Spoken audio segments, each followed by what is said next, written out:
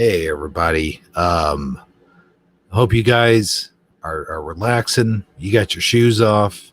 You got your tacos. You're eating some tacos or something to that effect because Taco Tuesday is ready to begin. In fact, here's a very special intro. It is now time for Taco Tuesday. Yeah, baby. Happy birthday, Lorraine. Happy birthday to you. Yeah. Happy birthday, Lorraine. Happy birthday to you. Yeah. Happy birthday, Lorraine. It's your birthday. It's your birthday. Today's your day. And now here we are on Taco Tuesday. And we're here to say it's Lorraine's birthday, Lorraine's birthday, Lorraine's birthday, Lorraine's birthday today. Yeah! Ha ha! Happy birthday, Lorraine. Love more. Now go to the store. Woo! Hey everybody, welcome to Taco Tuesday. I'm your host with the most that likes to eat Tostitos, and I'm joined by, Sagittarically speaking, and another host with the most that probably likes to eat butter on his toast. I don't know. We have very special guest tonight, Dan the Beetle Man, Scarabperformance. Hey everybody, how y'all doing? Hey man, first off, what the hell did I sign up for? What the hell kind of shit is going on here, man? This is some crazy broadcasting. Oh my god. No, I'm just kidding. Hey man, it's good to be with you guys. I know you do we're a couple wild and crazy guys. I know Tostada Tuesday is a little different, than Mandela Monday or some of the broadcasting that I do. So I'm just gonna roll with the punches here, and just roll with it, man, and just go with the flow. All right. So don't worry about me. Do your thing and shoot whenever you're ready. Shoot from the hip. I'm here for you guys. Oh well, yeah, thank you. Thank you. We, first of all, I got to ask a question, man. Well, what's going on with your avatar? It's like 1 minute you have the cool, laid back Sacco hat Dan, who's just like just looks like a cool dude with his microphone or his ears on, and the next minute you're going back to the Dan of yesteryear. What's up? Well, it's not that old of a picture. It ain't like, I'm breaking out a 2009 pick or anything like that. But yeah, it depends. Sometimes, like I went back and I was putting so many in. What happened was the old StreamYards wouldn't allow you to put but 5 pictures in there or something. So I had to remove some because Fizzy kept doing birthday streams and bunny streams and holiday streams. So I only had a limited amount of space. Now apparently I still have that somewhere. I just have to re-upload it. I forgot. So I blame Fizzy on this because I just didn't have enough room with all the pics I had to update. Well, I think that's pretty much your go-to response. I mean, from the years, the amount of time I've been watching your show, whenever something goes wrong, blame Fizzy, right? Hold on a second. Did Teresa Lynch just call me a hoe? Mm-hmm. What's up with that, maybe. Teresa? I believe so. Yeah, I mean, really? That's how we're going to start the broadcast, huh?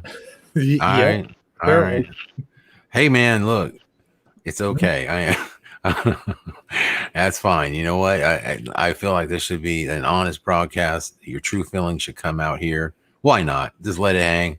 I mean, my true feelings are going to come out tonight. I mean, God, I've had such a crazy day just thinking about stuff lately, I mean, because while I'm, doing my thing and whatever, I do kind of look at the pulse of the world, look at what's being said out there, what's going on in social media and whatnot. And I'm just like, I got to tell you, I think I want to plug back in. I think I want to cipher this thing. I want to go back into the matrix. I want to be dumbed down. I want to not know anything. In fact, I'm going to be so dumb that I have to wear a helmet to walk around in public because I'm just running into shit, for my own protection. You know what I'm saying? Just wear a helmet constantly.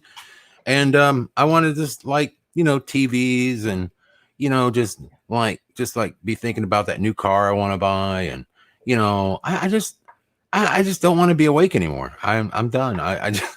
I want somebody to come up and just knock me upside the head and just put me back to sleep. You I think know, that's where I'm I at. think you made me think of the movie Yeah. Total Recall, where Yeah. Arnold gets his memory wiped. You know what I'm talking about? Yeah, Can no, you hear Total me? Recall me, man. No, I'm serious, Yeah. dude. I'm ready. You know what? I really think we're moving into idiocracy. I don't understand where, like the people are too sensitive right now. I mean, every time I turn around, there's now Facebook apparently is. My friend just got censored on Facebook. I was reading what they said to him. He made one little post to somebody, and they literally banned his account for 3 weeks or something like that. I'm like, are you kidding me right now? So they're getting ready to totally censor. Yeah, I've seen it all over. I'm like, well, I'm not on Facebook. I don't really care. It's like I'll post my crazy shit and leave. Bye. But I'm just saying, like, this is what it's coming down to. I'm just like, that's total It censorship. seems like it Of always gets course. worse when we're going into an election too. And I I don't know if don't you guys know. heard, but Wow. Richie from Boston, his main channel got shut down, and they nabbed his backup channel for like a week, and so he was on his backup channel. Richie from Boston. From Yeah, I Boston, don't listen. Boston, the Big Bean, as I like to call Rich. I find Richie to be an interesting guy. First off, he should be in the Guinness Book of World Records. Okay, as for the like only driving the most miles in 1 year. no, no, going on his tour de hoe. No, not tour de hoe. I think he should be honestly in the Guinness Book of World Records for being the only YouTube channel to ever get removed, completely deleted, and get his channel back less than 24 hours, completely, scot free.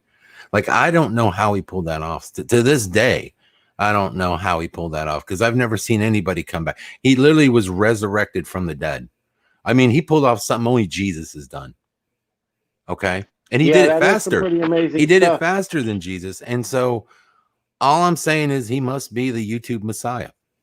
And I'm shocked that that happened. And nobody seems to ever, question that. Like, nobody thinks that's strange. Everybody's just like, oh, okay.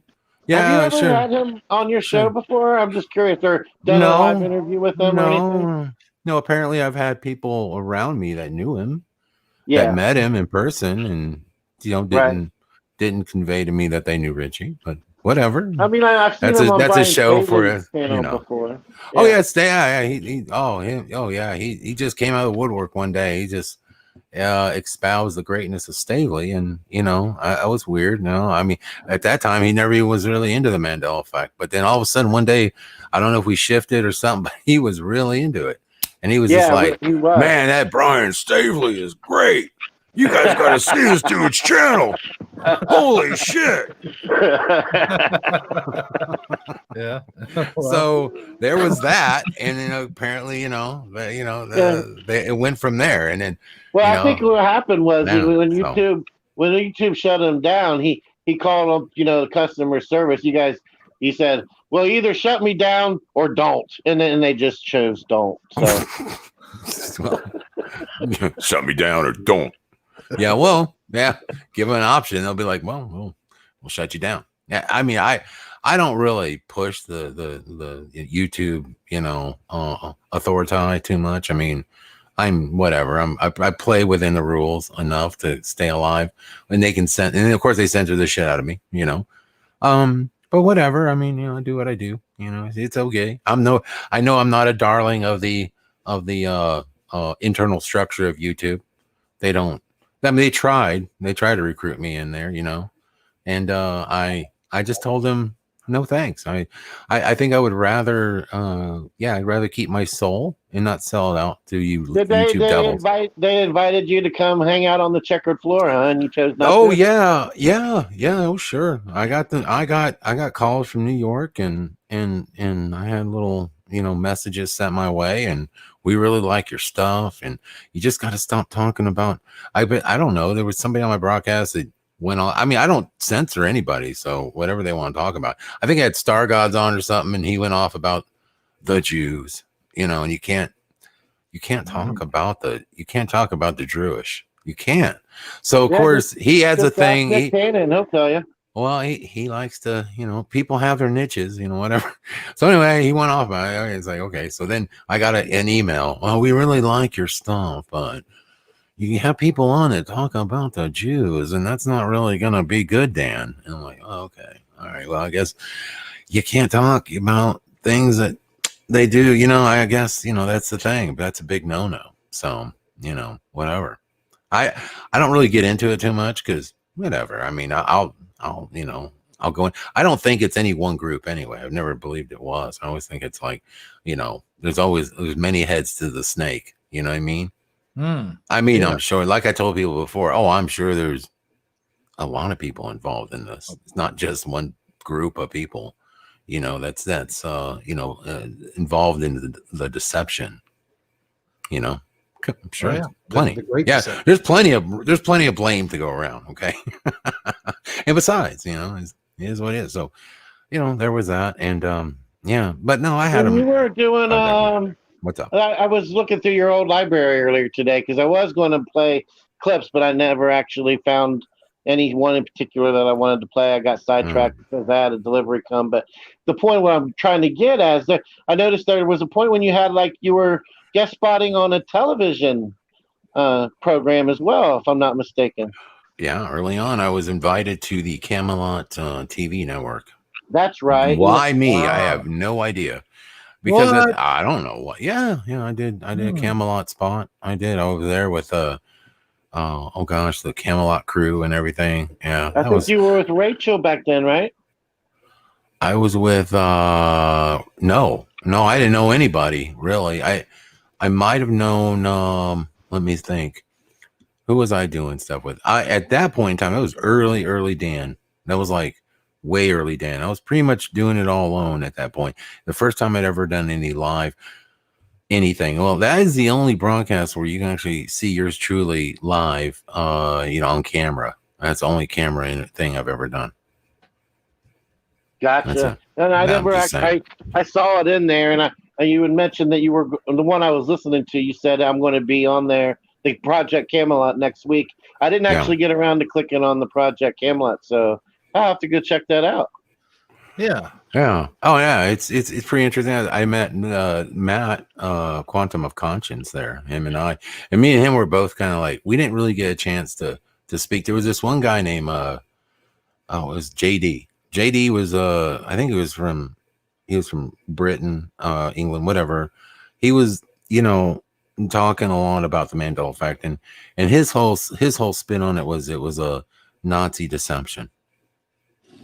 It was the Nazis and the Bell Project and all that stuff, and that they were time traveling or doing something, manipulating time, and that was his big shtick on it. And me and Matt were like, "Huh, Nazis?" We're like, "Holy shit, dude!" Like, okay. And then so I kind of did, me, I have to be a smart ass. So I'm like, hey Jay, I'm like, say man, you really hate them Nazis, don't you? And of course that was also, I sort of like started hitting on Cynthia Sue Larson a little bit, on the broad. I don't know if they really wanted me back because I was kind of crazy. I mean, I've always been a little nuts. I know I am. So when Cynthia came on there, I was like, Cynthia, you have no idea how many times I've dreamt about you and me on the etherical plane riding a unicorn together naked.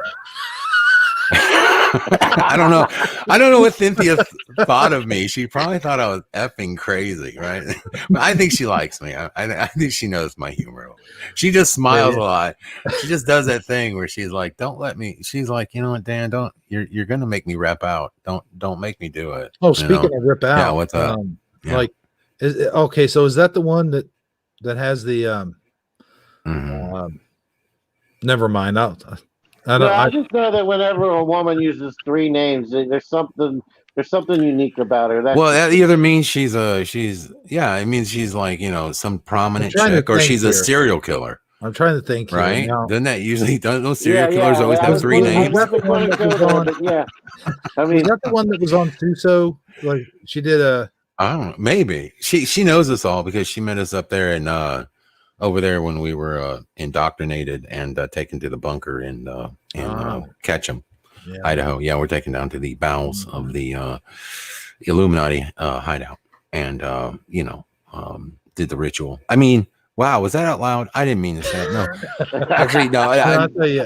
Yeah, I know. I'm just kidding. No, I that's do where I have met her, though. Yeah. I do have a question for you Yeah. while I got you on here. I'm going to kind of put you on the spot a little bit. Oh, great. Sure, why not? Go for it. I was wondering. I've always wondered this, by the way. It seems to me like Saji was checking out your old video and your old crew and all that stuff. And not that I would ever want to be on your show or anything like that, but what is the criteria to be on your panel? Like, what criteria do you use when you're picking out your crew? To pick out my crew. Well, I think you mean when you're picking out a potential new person to maybe be a panel member. Well, it's weird. I've just sort of built a rapport with certain people. Everyone's sort of different. It's not like I have any prerequisite for being on the show. So what it is like, for instance, when Fizzy, okay, Fizzy. As soon as I heard Fizzy talking on Paul Adams' show, she called in, and I had never heard Fizzy before, and she just seemed like a very sweet girl, and I just thought, for some reason, it just popped in my mind that that's my Robin Givens, right? Yeah, Fizzy's my Robin. Okay, I can see. So that. I was like, I immediately was drawn to Fizzy because there was some connection there. Noble. And I don't know, me and Noble just sort of like had a mutual respect for one another. And we worked together a little bit on some things, here and there. And then we invited him on the show, and then we talked a lot afterward and got to know each other more and more. And then Noble became a regular. Let's see. Now, Rachel, she was a CIA honeypot. Now, she just came at me, like out of the blue one day. Like totally hardcore, like, let's be on my Facebook page. Hi, I'm from Hollywood. I think you're great, and she tried to, lure me into bed and then, basically, recruit me. No, I'm just kidding. I'm joking about that. I'm kidding. The old, I'm gonna get you in a compromising position. I got videotape of it. Yeah. Because if you were going to try to convince me, because if you were going to try to convince me that you turned her down, I wasn't going to buy it. I'm just saying. Look, the truth is, she did come at me hard, and she has a very alluring personality, and she was a lot of fun. And for me to think at that time, there is somebody who is like a host of a show who can help me, like maybe, like the good thing about my broadcast in the beginning with Rachel is and this is where I would say, look, I owe Rachel a debt of gratitude for one thing. Okay. And that is giving me the opportunity to sort of chill and learn and figure out where my niche was, because I could hand the show over to Rachel and she could just do her thing. If you look at the earlier broadcasts, Rachel would come on and literally do about an hour of shtick, right? And just be Rachel. And that took a lot of pressure off me. I'm telling you, I was sweating bullets when I was first doing this stuff. I wasn't ready I told y'all, and this is a God honest truth, before Mandela, before all this, one thing I was afraid of is public speaking and talking to people and getting out there and being upfront, open about my thoughts and everything else. I was, kind of reserved. And so Rachel allowed me to have the opportunity to sort of, work my way into this and find myself. Okay. Now, Rachel and we had a falling out and nothing too horrible, but just a big disagreement. And there's some trust that I couldn't look the other way on. Okay. Some trust issues, because that's the one thing about me. Okay. I don't care what you do or whatever. Just don't betray the trust that we've built up, together over our time. Now, we may not always agree and we may argue or whatever. I don't care about that stuff. It's about trust and respect. And I just, I appreciate the people around me because we've built that. And those are the kinds of people that stick around, Yeah, I was going to say that I bet you that is a key factor. It's that's the hardest thing in any aspect of life, it seems like, is finding people that can weather storms with you, the good, the bad, and the ugly. And you guys did have some great shows. I was actually listening to a couple of them earlier today, and I didn't really find your channel until after that. Like I think I started watching you like right at the end of 2017, at the beginning of 2000, right in like August of 2017 is when I discovered your channel. So. Yeah, it's been a learning process. It's like this. I would say with anybody that's getting into broadcasting, just I've always been like this. I don't like picking friends who are here to kiss my ass. Oh yeah. I don't want friends like that. I want friends who are gonna hold my feet to the fire, okay? And if I'm whatever, call me out. Like, yeah. If I'm whatever, and say, hey Dan, maybe you could approach it a different way, or I see it a different way. That's what I want. I don't really want people like who are just because what I've learned is that those type of people, the ones that are like, they're in it for the, maybe because my channel was growing or whatever, and there was people latching on because they were like, oh man, I can piggyback off this. Those are the kind of people that will essentially later on find some fault with you and just be like, they'll drop you like a hot potato over something that shouldn't really be an issue. Like, especially when you've built a rapport with somebody for like months that you've talked to and everything else. Like, I thought I've really built a friendship, and it really that's sad. That hurts. And those have been the unfortunate situations I've dealt with. So I'm just, I guess I would say I'm just careful. I'm careful about the people that I put around me, because YouTube is full of people who don't always have your best interest at heart. They're disingenuous. They can be disingenuous. Yeah. And I want genuine people. I want real people. And and like I said, not to say that these people aren't real. I mean, Rachel was real, but she also at the same time, like, flat out was not upfront honest about a situation that she should have been, and it felt really weird, and I couldn't overlook it. And granted, she didn't have to tell me about this situation. It wasn't like my place to know. However, later on, she tried to spin it in a way that was not truthful. And I was like, I caught her on it. And I was like, Rach, I can't overlook this. I'm not cool with this. This ain't going to work, man. I can't do it, because then I can't trust you. Because it wasn't so huge that we're not friends. We're still friends. But I just couldn't overlook that. It was sad, because there was no reason to lie about it. It was something stupid and silly. So if you're going to lie about something stupid and silly like that, well, then why would you, what else are you going to lie about? So, I have to consider this stuff, and I have to look at everything. And, I just was, just ready to move on. But I, early on in my, when I started up these, I didn't know what I was doing. I was new, and I was just trying to learn the ropes, trying to figure out how to do this stuff. I don't, I was like, I've never done any broadcasting. Life Matrix was the one that, called me up one day. He was the one that got me into, essentially gave me the idea. He said, dude, you should be you should be broadcasting. We should go live. I'm like, I don't know about all that, and he was like, yeah, man, this will be great. We'll do it together. And that's how it started. And I had already done Mandela Monday as a Monday sort of podcast thing, where I call friends and family, and I give them the questions about the Mandela effect. And, of course, that was kind of fun to listen to, I thought. And, but I didn't do it live. And so he kind of thought, well, why don't we just take that platform and go live with it somewhat, but talk about the Mandela effect? And I said, sure. Okay, let's do it. So we did it. And like I said, that was the initial startup of that, was his idea to say, or at least to give me the push and say, you know what, you should broadcast. You'd be good at it. I was like, oh, I think that's pretty cool. I mean, I really do. Yeah. I know, like, I can relate in the sense that when you were talking about how when you heard Fizzy, you knew that she would be the the right match. I forget the example. Yeah, my Robin Givens. Yeah. And when I was in my early 20s, all the way up to about, I don't know, about 30, 31 years old, I ran a DJ business. I played in local clubs downtown Cincinnati.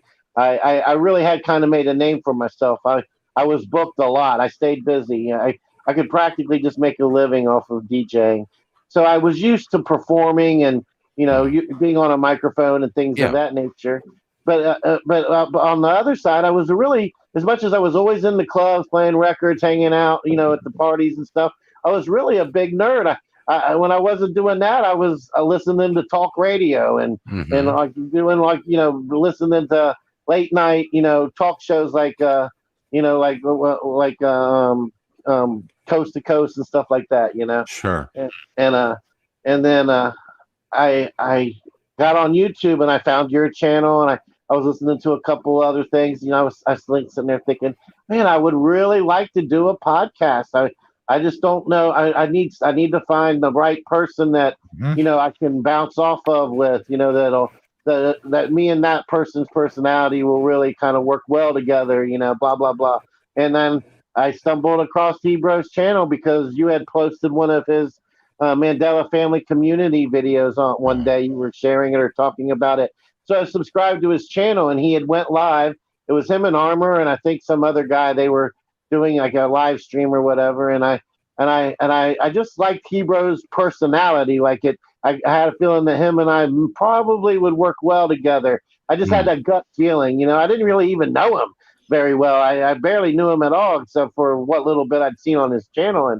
But I reached out to him and asked him if he'd like to do a live stream, and one thing led to another, and now we've been doing it now for a little over 2 years.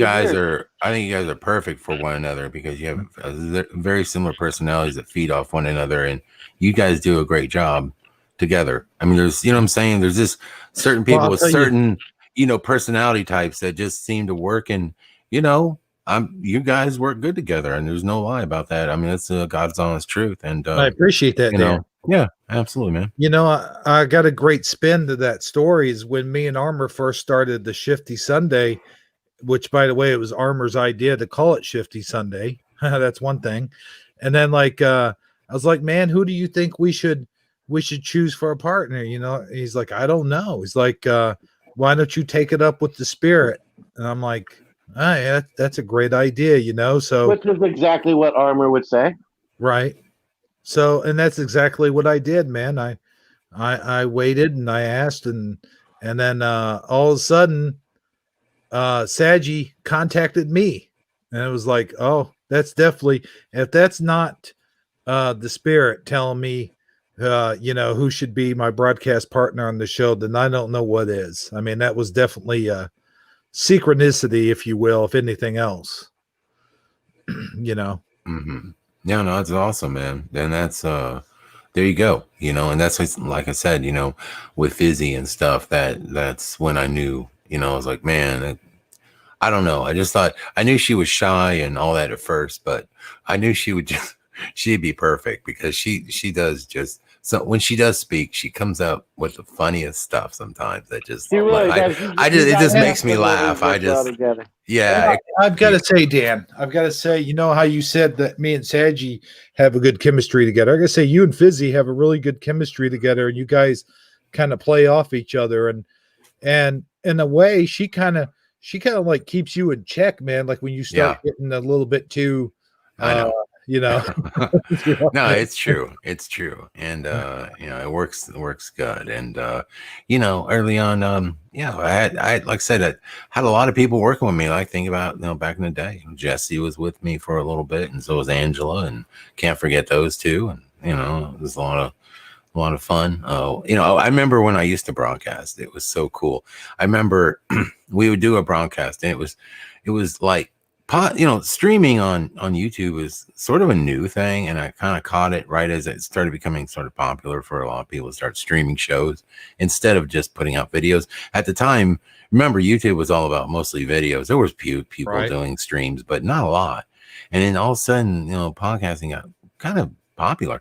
Well, I remember after the streams, I'd be so geeked up, man. Like after doing one of these, I would send out a message to everybody, like, come on in, join us after the stream. We'd have 6, 7 people in there after the stream just talking about the stream and what we could have done better and learning. And I'd go back and listen to these streams and I'd be like, and I educate, I kind of was learning as I went, like, oh man, you sound like a dumbass right there. Like, dude, you got to figure that out. Okay. And just working on my myself, trying to, make it better. Also, too, I mean, just learning some things like, if you're going to have a stream, you have to think quick, right? So like when I do a show, I have to think of anecdotal stuff to bring up sometimes because there'll be dead air. So sometimes I have to be like, there was a man in Nantucket, kind of shit, like whatever, and Right. that's what I'm saying. You just have to like fill your head full of some nonsense sometimes to just fill it in. Sorry, the dog.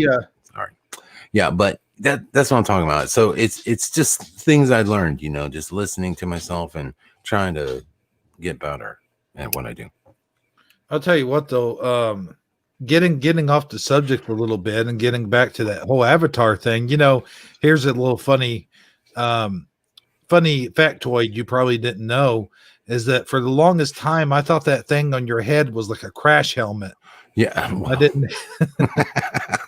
I didn't realize people used to say that all the time. I got into so many things like, what's on your head, dude? Like it's a bandana, man. But I guess it's hard to tell. And then people think I'm wearing some sort of like I don't know, Spartan helmet, or I've heard all kinds of stories, like I don't know, it looks self-explanatory to me. I don't look like a bandana. But well, you know what I think it is because like on my phone it's so small, I couldn't tell that's your hair on the side. You have you have dreads, don't you? No, not dreads. It's just long. I have curly, long, like hair. Oh, it curls. Yeah, like I have problems. Like when I go to get my hair cut, like I've tried to cut it short for years, and girls won't cut it. It's a weird. No, I kid, but it's true. I go to the barbershop, and girls will be like, I'm like, yeah, I think I want to just go ahead and cut it all off, and they're like, well, you think maybe we could just trim it a little bit? Like, like they always convince me to do something else with it, but keep it long. Like, I don't know what it is. Like girls just do not want to cut my hair short. And I've tried. I've been like, well, I got to go more respectful at some point in time. Cause I'm getting older and stuff. And I guess I'm just going to be that older dude with long hair and, be that crazy guy walking down the street. I don't know. But well, you the thing I guess I'm gonna look like Gandalf or something. Like I don't know, shit. But you gotta quit going into the boutique and actually go into an actual barbershop. That's what you're doing wrong. Is that what I'm doing? Oh yeah, those girls will do anything to you. They like torture. Yeah, they'll convince you to do like your eyebrows and stuff. Have you ever had your eyebrows waxed? I did. I did it. I have. Did you? No, you haven't done it. Oh, you wuss. Dude, you got to do that sometime, man. I was so scared. Yeah, this girl was like, you should wax your eyebrows because I have thick eyebrows. You can see right there. Look at caterpillars on my face. Anyway, so she's like, we need to trim those up. I was like, well, what do you mean trim? She said, well, we'll wax them. And I was like, that sounds kind of gay. I'm like, I didn't know if I wanted to do it, but she was like, no, go ahead. Let's do it. Let me do it. Like, she's like, I'll do it for free. And I was like, all right. So I let her do it, and it wasn't so bad. I was a little nervous. I'll be honest, dude. I literally jumped out of the chair when she first did that first. Yeah, pull. I'm picturing right now in my head like the 40-year-old virgin, where they're ripping the. That's the mind. I laugh, but that's exactly what I had in my mind when she like started laying that warm, stuff on your eye, and then she laid that paper on there or whatever it is, and I was like, oh shit, and the scene from 40-Year-Old Virgin came to mind. Like, oh, this is the scene with the nipple, like, oh crap. Like, this is gonna hurt, man. But it was kind of like, ow, but it went away fast. It wasn't like that bad. I thought it was gonna be way worse. I really did. Right. Yeah, beauty comes with a price. It does. Just saying. Just remember that. Like I know. I don't know. I'm just talking shit. I usually just shave all my hair off like during the summertime, one part of the summer, and then like towards the fall, do it again and just let it go. My hair grows fast though, so it's just say I'm just putting that out there for you. If it came down to the point where you couldn't do it, like you couldn't go, like they're gonna have some of these places shut down pretty soon again. Yeah. I'm gonna YouTube video how to cut your own hair. I actually did it once. I was like desperate, and YouTube hasn't been the most lucrative thing for me in my life. So I live on a budget. So there was a YouTube video about how to put your hair in a ponytail and do the old one cut insta instant, chop of your hair. So I thought, I'll do that. Sure. So I watched the YouTube video real close. I watched the girl do it. She put it in a ponytail, and I grabbed the scissors, and of course I cut it sideways. So when I let it go, I looked like I was an emo or something. I had one side of my hair like super long, and it was so uneven and jacked. I'll tell you, man, I tried to do that once too, cut my own hair, and it turned out looking like I don't know, like a mixture between Boy George and Mr. T from the A-Team. It was. I actually not too long ago took a set of clippers to my head and just did the whole scalp, and I had to keep going over and over because I had let my hair grow pretty long before I went ahead and busted the clippers out. And I thought I'm standing there, and I keep hitting that spot, especially like around the back behind the ears, over and over again. And I finally go get a second mirror, and I look at the back of the head, and I look like I don't know how to say it politically correct, but like I'm my own brother's uncle's grandpa, because I have like weird strands of hair that are growing 3 times longer than the rest of them. And no, man, it's not easy. Yeah, I do the clippers around the ears sometimes, and just try to like get some of the longer hair away from my face so I don't look like a cat. Oh man, no, it's true. But yeah, I know, I feel your pain. Let me ask you this real quick, Dan. I always usually have Armor do this part of the show, but since you're our special guest for tonight, I don't think I'm going too far. You give this room a quick shout out. Did he cut out to you, Sanji? Yeah, he cut out for a half. He just cut out, didn't he? Yeah, I heard what you. Man. I know what you need though. You need a shout out. I got you. I got you. Let me see here. I do have the participants list up. Man, where the hell is everybody, dude? I sent out a message on my YouTube channel saying I'm going to be over here. Get your asses over here and be here in about an hour. Be here at B Square. It's Tostada Tuesday. Damn it. All right. Well, I'm doing a shout out now. Go-Kart Bob. I'm pissed. There better be more people coming in. Damn it. My Diva Dar is not happy. Diva Dar. Yeah, because it needs to be beeping, and it's not. All right. Go-Kart Bob. Lothar 900. There is Melissa Hecker. Michael Fontaine. Philip Fogarty. Pre-low minimal. THC Jack and Varouche A. There's the bearded rhino. Wait a minute. That's you, isn't it? Aren't you the bearded rhino? No, you're not. Not last time I checked. No. Oh, okay. There's Faith, Hope, and Love as well. Dude, there's probably how many people we got watching this broadcast? I can't see the count. Well, there was 20 until you started doing the shout out, and then they all just like they left. Yeah. They bailed, didn't they? They didn't want to be known. I didn't want to be like seen. Oh, I see how it is. Okay, well, we'll find out who you are and have you flogged properly. Okay. Well, I'm sorry that I wanted to see 50 people at least over here, because I know that YouTube, notifications aren't exactly the best. But I figured, with my subscription base, I should at least get that. I'm so just, YouTube just I bet you a bunch of people that aren't even gonna get the notifications until after the broadcast. I would get that all the time. Like armor stuff comes in like the next day. Like, here's the daily word or whatever he has going on. Yeah, daily devotional. Yeah, a daily devotional thing comes up, and like, man, I'm like, damn, it's a little late, YouTube. Like, what's up? And I don't even get his notifications for his like 15 minutes until they're about to end. Like, the Wednesday word and different stuff like that. So yeah, I have a lot of issues. Hell, there's channels I'm subscribed to. I'm like looking, oh my God, they put out videos. I had no idea. So anyway, do you think the daily devotionals are like if you're watching the one from yesterday, it's like reading yesterday's newspaper, like it's already outdated. Like, I missed it. So I guess not really. I just feel bad that I can't like see it while it's going on, or see what's happening in real time. Catching, I got a question. Yeah, I got a question now. I do have a question. Is that the real Noble SD or is that a troll? I'm just asking. I think that's the troll nobleness. Yeah, because he doesn't have the right avatar, and so whoever that is trolling us. So, but that's okay. It might be one of Eddie Van Keen's aliases, you know. Yeah, we oddly enough, he's still, was like strange. It was so weird that it changed, whatever.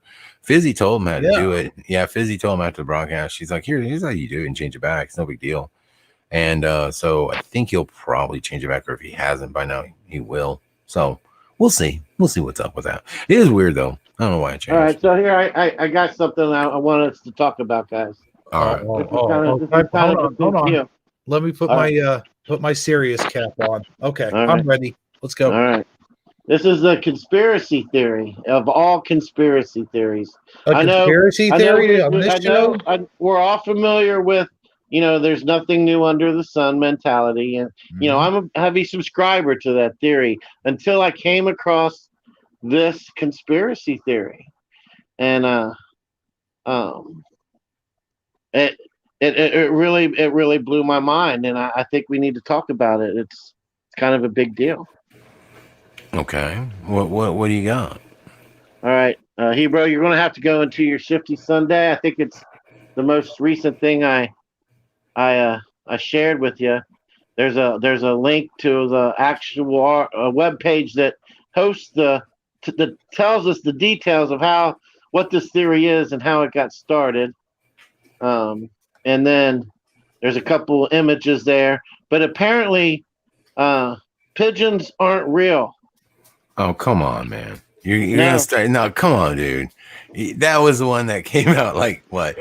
Fizzy sent me that like back, and she's like, Dan, pigeons aren't real, Dan. I'm like, Fizzy, stop. And she made me watch that crazy conspiracy where this guy made this like almost like a documentary about how pigeons are not real. Oh, sorry. Oh, that's okay. No, it's just funny, man. It is funny. Yeah. But how I found out about it, I was listening to another podcast, and he had a guest on that wanted to talk, wanted to ask him about a particular conspiracy theory. I forget which one, and he goes, "I won't ever let a person come on my show and discuss any conspiracy theory until they until they can name 3 that they don't believe in." And, and this is one of the 3 that he named.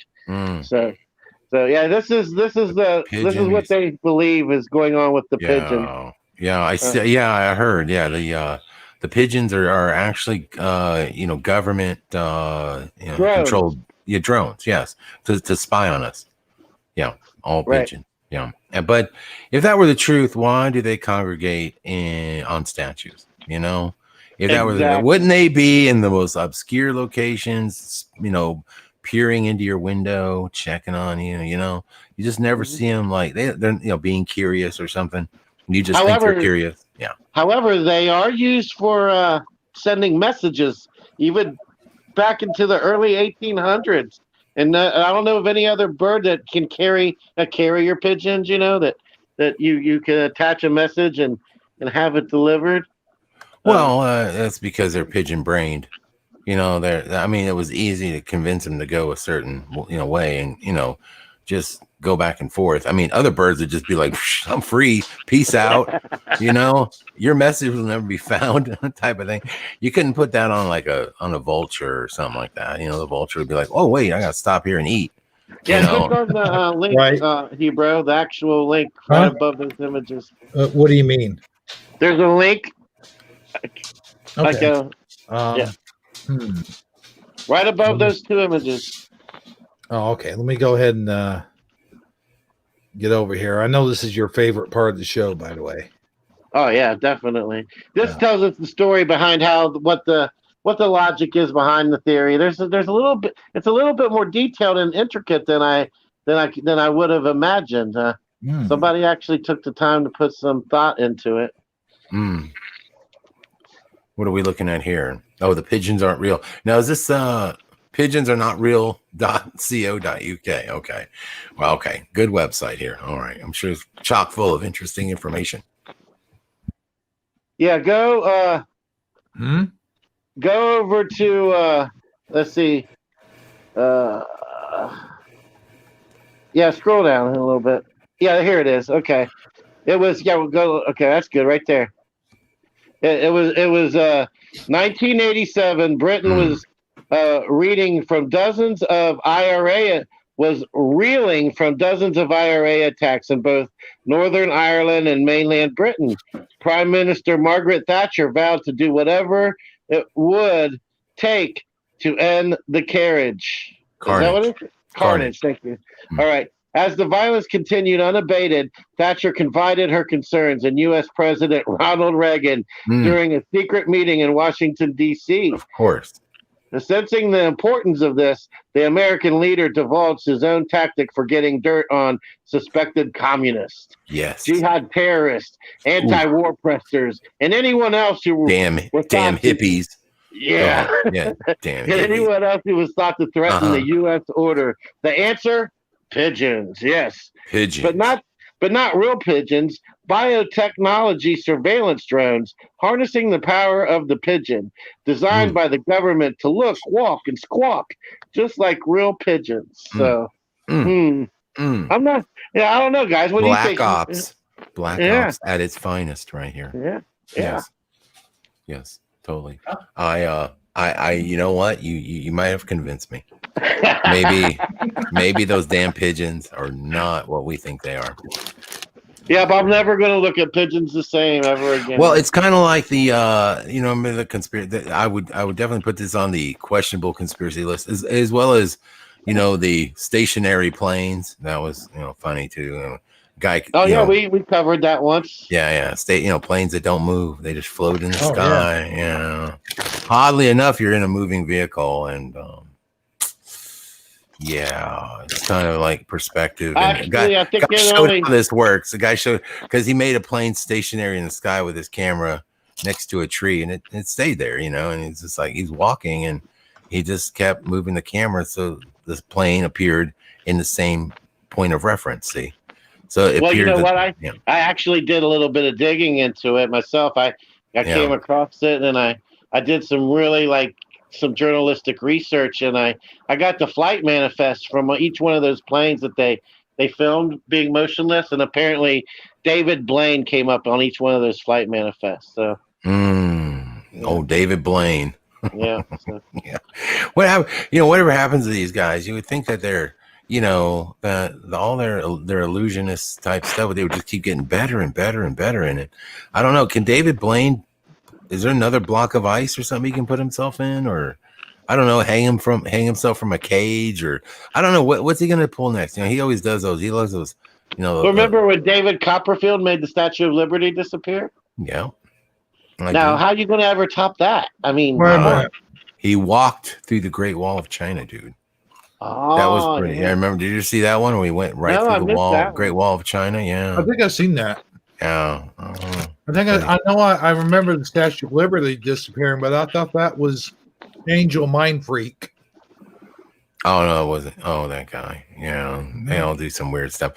I don't know, man. All those dudes are a little creepy to me. I mean, some of these dudes. What was that one dude from England? They had that story behind him too. It was all really dark, and he went out in the woods and pretty much made paid a sacrifice to whatever it is out there and said, look, I want to be famous and I'm willing to do whatever it takes, and sold his soul to the devil or whatever.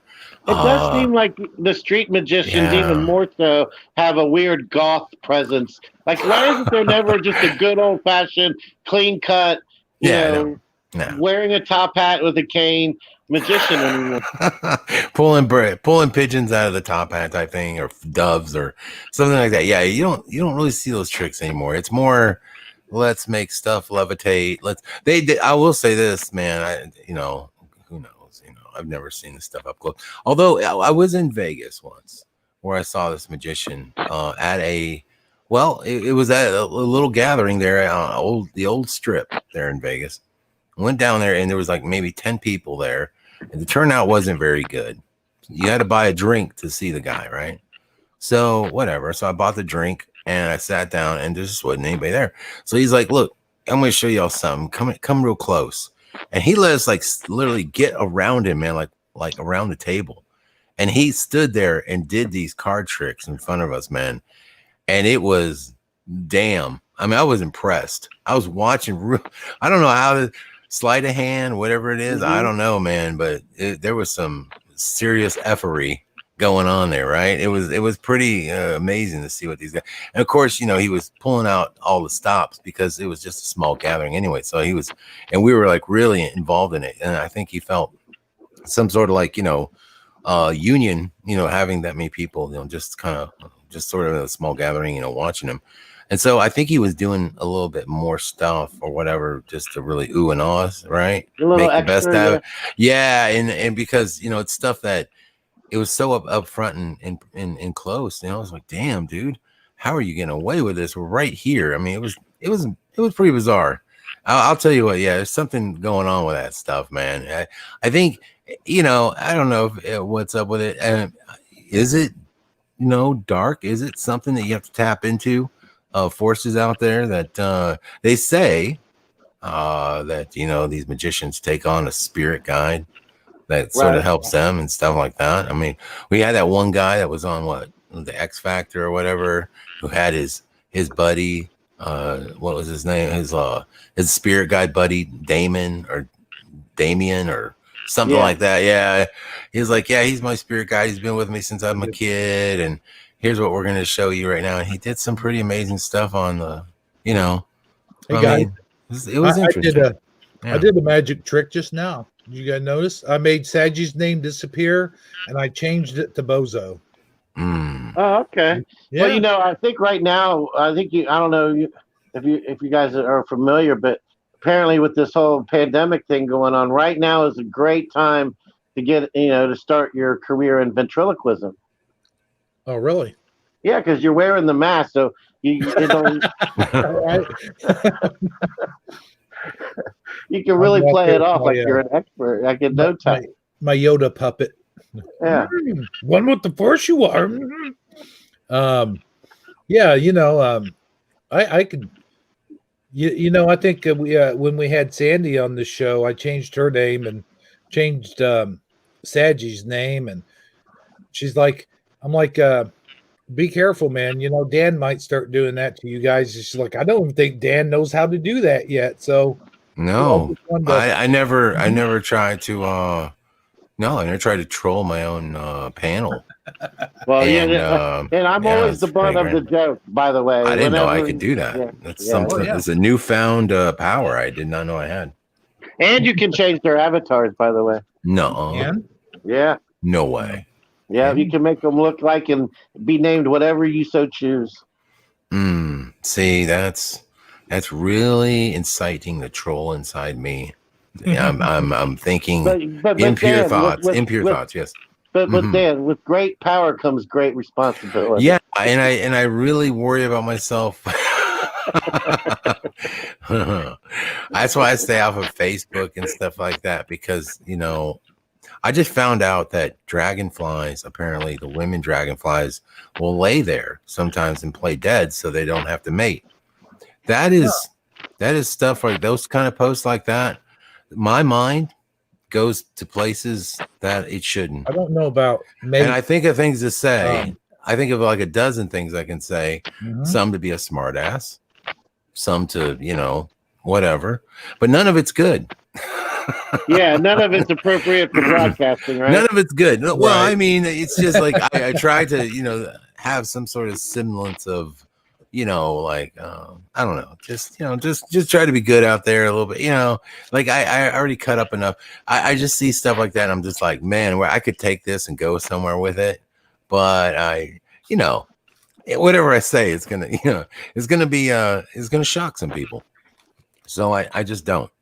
I remember I went to a comedy club once and I saw the hypnotist, like the guy, and he brings up members of the audience and sets them in chairs and he hypnotizes them and, you know, real time, like, you know, right there in front of you, has them squawking like chickens and, you know, all that crazy stuff. And yeah. I was totally would have not been buying it, except for the fact that we went in a group. It was like people that I work with, and one of the people that I worked with was up there in the chair doing the crazy stuff. So I couldn't help but want to ask him after the fact, were you sincerely being hypnotized, or were you just playing along? And he wouldn't tell me for like 2 or 3 days. He didn't want to tell me, but he said that the magician slipped him a $50 bill and told him to play along. Yeah. I've always, that hypnotizing stuff is just, I mean, I don't know. I've always heard that, you have to be worked in, there's a certain type of person that, you have to, that there are people that can be hypnotized, I guess, people that are very suggestive, whatever. But you can't just go randomly to people and just start trying to hypnotize. So I don't think that would be good television. It's better when they get hypnotized and they start squawking like chickens or start doing things, it looks better. And I just think that it's a lot of BS.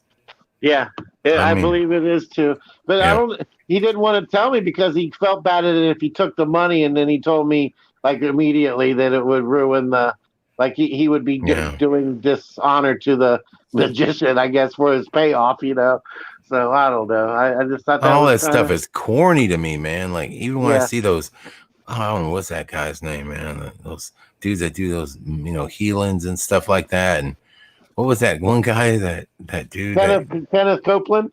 Not Copeland, but the other dude, the skinny dude that was. He'd go around and he'd be like, he'd wave his hand and the whole crowd just like, fall out, And I'm like, come on, man, dude, are y'all just doing this because everyone? Is it one of those group mindset things, or is like people just? I can't believe he's got everyone paid off, but so it makes me wonder. But then again, part of it is the power of influence because you do. All those guys that do that, they have that commanding, authoritative aura about them. I think that's kind of a prerequisite you have to, even before you can even get started. But then I think that there is a lot of shady stuff on top of that. I think it's kind of like a Jedi mind trick. You have to be a weak-minded individual in order for it to work. I really do. Benny Hinn. Thank you, Michael Fontaine. Yeah, Benny Hinn, man. That dude. And then you find out that he's real shady, dude. Like you find out from his son. People like that knew him. Yeah, dude's real shady, man. I don't know. And I knew a girl that went to see him, and she's like, "Oh yeah, I felt the power of the Holy Spirit." And I'm like, "Yeah, you felt the power of a spirit, all right. I don't think it was holy, okay, but that's just me. I wasn't there, but I don't. Yeah, I wouldn't even think to do something like that. My friend, I had a friend. The power of suggestion is very interesting, and it's really it's around us all the time. It's in popular media and things like that, but it's also in our corporate world. And I'll tell you this because I had a friend, and I really think that there is some sort of operation going on in society, and this is getting a little deep and kind of strange. And I probably have talked about this in the past, but I had a friend, good buddy of mine. He went to a club. He met this girl. She immediately, took a liking to him or whatever. Now, he's never been really, let's just say, popular with the ladies. Okay. So he was really, he was really taken back by this girl. Really, hooked immediately because she, slept with him right away. And so he was like, he thought he was in love, right? So this chick said, I've seen that pill in action before. I know. Okay. So here's how it works, dude. And I swear to God, I was like, the more he told me about this, I was like, this chick is like a hired prostitute, man. Like, this is how this thing works. So there's this place in Texas, and they probably have them all over the country, and they're called Landmark Re-Education Centers. Landmark Re-Education, if you follow it enough, you find out people are talking about it. Goes back to Scientology, and these centers are to sort of get you, roped into their sort of their programming. And dude was in there paying to be programmed. Like, this is how they get it. He literally paid thousands of dollars for their programming, even to the point where, and he was acting weird, man. Like, he wasn't the same guy. He wasn't as happy as he used to be. He was like sort of detached. I was like, man, what the hell's wrong with you? Then I don't know, at some point, like 6 months into this thing, where he got real quiet. I wasn't really talking to him much. He couldn't think about nothing but this landmark re-education stuff. Then he goes in and they wanted to make him an auditor or some sort of like, guy who's teaching the class, right? And so he was starting to learn their techniques. And he did that for about 2 weeks. And at some point, it just clicked. It just clicked because they were teaching him something about the way they put people together, which is weird. Now get this. They put people in these auditoriums and they put the chairs close together to make people uncomfortable, right? So that everyone's sitting close together. And then they don't allow you like bathroom breaks and stuff like that. It's weird. It's like they're sort of like breaking you down sort of mentally. And then he said that even the way they write the letters on the board, they were teaching them, they have to be written a certain way, spaced out a certain distance so that it can be implemented into the mind. All this stuff is known to them, but not to us. Right. This is why, graphics and stuff like graphic design, certain things are so effective. But they were teaching him this, and then he realized, he's like, dude, I realized I was being programmed. I was like, this is mind control. So dude like had the balls to stand up in class while this shit was going on and be like, look, I gotta tell everybody something. This is mind control, and you guys are all being programmed right now. I just want y'all to know. And I'm like, oh shit, dude, you did that when the class was going on? I was like, I hope you were at the back door when you said it, dude. Like, they didn't chase you down and Kanye your ass. But anyway, the thing is, I'm feeling like he's like Toby Maguire at that moment, and dude, he's coming with me. No, let me tell you something. He was so jacked from this incident, and I remember it took him like a year, man, to just get himself right again. He would call me crying because he would be like, wow. "No, they yeah." Really got into his psyche. He was so messed up, dude, from this. Like, he was like, part of him was really upset too with himself for allowing himself to get roped into that. He spent thousands of dollars, whipped out because they were teaching him like, don't worry about it, just spend your money. Go. What's debt? That's just what like. It was weird, man. They taught him all this stuff, and it's basically how you feel good because they're sort of like telling you to be free and don't worry about this, and you'll be fine. Just don't worry about the future. Just spend your money now. Live for the now. It was, and so you as a normal person, we always think, oh yeah, we should be more conservative, but they were teaching them just live, man. I guess here's where my brain goes with all that. Okay, so eventually you're broke, right? You give them all your money, and you don't have anything really left to offer. So then I guess you're a recruiter at that point, and you're living off of them, yeah. Yeah, at that point, then you're subservient to them because then you probably end up working for them because you're broke, you're busted, you need extra money. You probably lose your job because you're fucking weird because you've been going through mind control programming for like a year now. You're probably not exactly the best employee. So yeah, they're like, oh no, you can come join us. I don't know how it works, but I'm just saying. So then you're at the bar with some woman that probably doesn't usually get hit on as often. Oh no, she was. This chick was. No, you're the guy, and you're taking her home, but she's falling in love with you. Well, let me tell you, these people are nuts. No, you wouldn't believe this. And I actually ran into another woman who was like programmed like that shit too. And I actually bought a treadmill from her at one point in time. And it was an expensive treadmill too. And she was selling it really cheap. So, I went over there to look at it and I was like, yeah, okay, well, cool, I'll buy it. And I started talking to her about something. And somehow I brought up Landmark, this programming center, and I said, yeah, the Landmark thing. She goes, oh, Landmark. Yeah, I love a Landmark, man. I'm like, ooh, yikes. So this chick also was in debt up to her ass. That's why she was selling the treadmill to make a little money on, to help pay for shit because she thought you had money because you were with Landmark. Okay. Oh, well, she perked up when I said Landmark, dude. She was like, oh, I love a Landmark, man. I'm like, oh God. I was like, well, look, I gotta go. I pieced out of there real fast. I am not a Landmark dude. And but it's a weird thing, and I feel like they actually they send these women out there looking for guys like him who are sort of, whatever, a certain type of personality. And I feel like he got like seriously like honey potted into that whole thing, man. I have a similar story. Do you? When I went on Facebook, like not too long after, like maybe a couple years after I created my profile or whatever, I had a friend I hadn't talked to since like my freshman year in high school.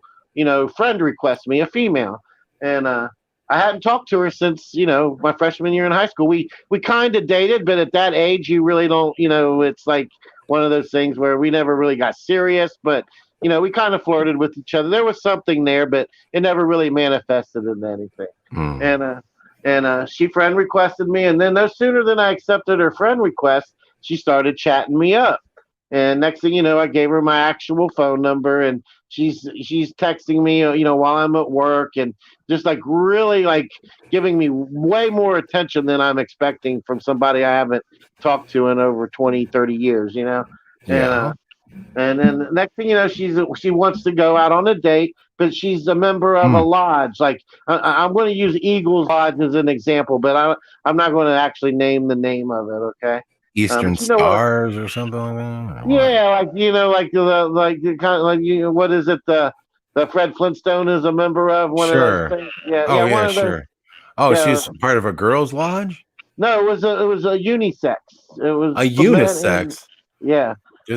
I didn't know the Masons that went unisex, but yeah, it was a lodge, and it was it basically was she wanted me to. Oh, it wasn't a Masonic lodge. Was it like one of those swinging type lodges?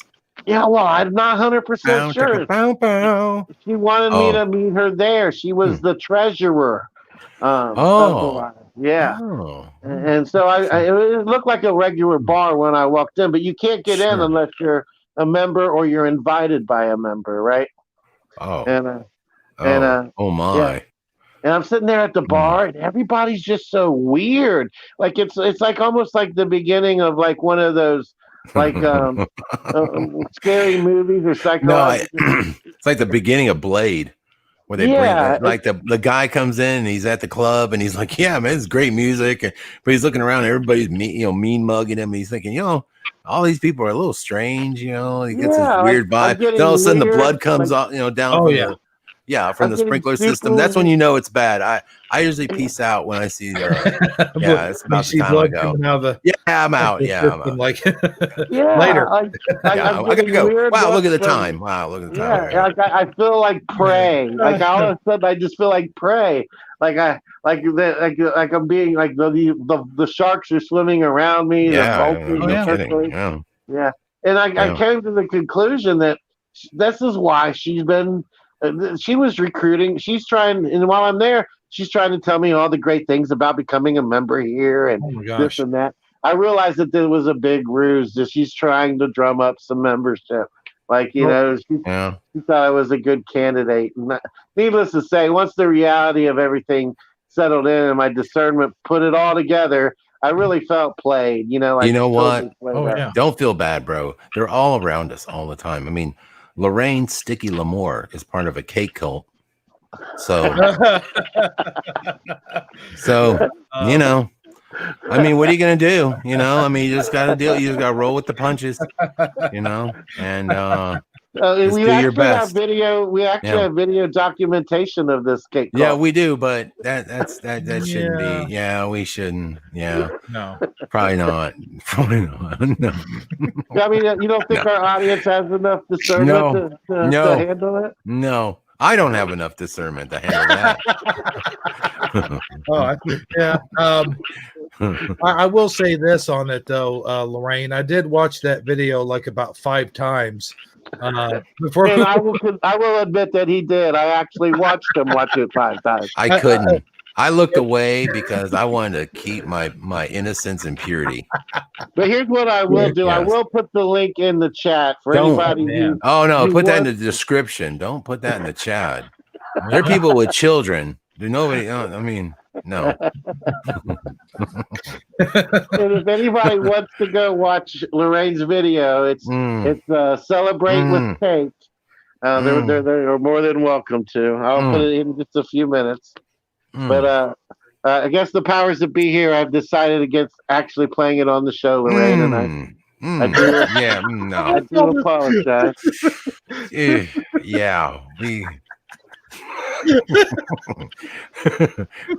Oh my. Yeah, I had to turn the fan on in the room. It got so hot. I was like, oh well, I'm just saying, like sweating bullets before the show started. I was like, goodness gracious, why am I'm getting flush? I'm gonna have to if I was to play it, I'd have to label this MA. Mature. Yeah. Oh, dude. Yeah. Are you kidding me? To make sure you click the not for kids. Right. Yeah. I don't want you getting YouTube banned. Oh no. Yeah. Well, it won't happen. We won't play, but just so yeah. Thanks, Sticky. Thanks, Lorraine, aka Sticky. Okay. I'll tell you something. It kind of reminded me of that Warrant video. What was the name of that video? Cherry Pie. Oh no, Cherry Pie was like Child's Play. Next door, huh? Yeah. Oh yeah. Oh yeah. Yeah. Cherry Pie. You can pretty much show that to the kids. I mean, they won't even understand that whole message. But Lorraine, yeah, there's no doubt.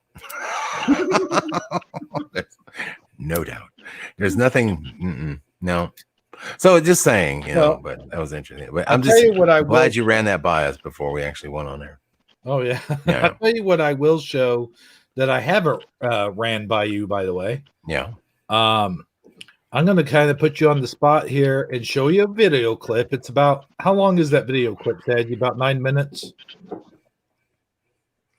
Oh yeah. This is a recent episode of the Hebrew and Sadji show. Are you guys playing with toys? Well, no, I'm not in a video. This is all Hebrew. I just happen to be a character in the show. I see. Yeah. Okay. I'm just wondering if this is one of those action figure bits. Well, is that what we're about to watch? Well, I guess you're just gonna have to watch and find out. I don't want to spoil it. All right. Sounds good. Let's check it out. I'm ready. I got to get it up, guys. I don't. That's what she said. Let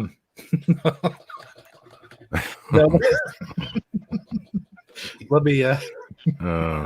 You're listening to Tostada Tuesdays with Hebrew, Sanji, and Scarabperformance. Where is that video? Oh, here we go. All right, I'll skip past the intro here. Are you sharing video? Oh, sorry. Yeah, no, I didn't get it on the Witchmadoodle. Okay. Here we go.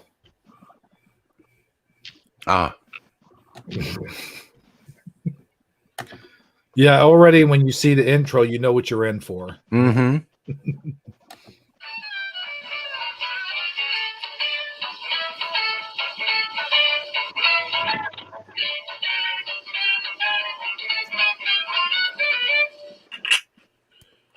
I was walking down the street singing do-wah-diddy-diddy-dee-diddy-dum. Look good, look fine. Go on, look out below. I can't hold it any longer. Huh? Ah! Yeah, I better go inside. Oh.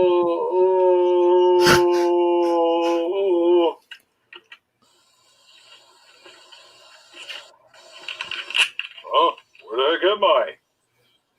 Oh, what? I have human hands? Wow, that's weird. Well, I guess I better go find armor. Oh, what? Good Lord. Wait a minute. What the?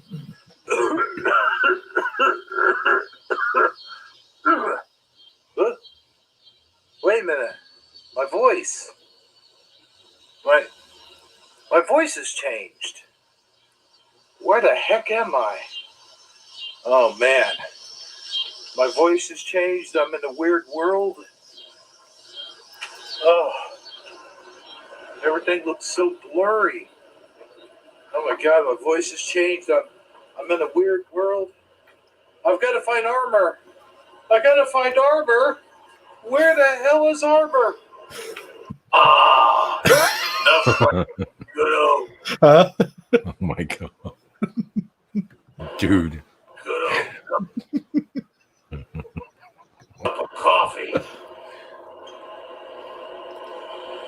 Why is he wearing a hard hat?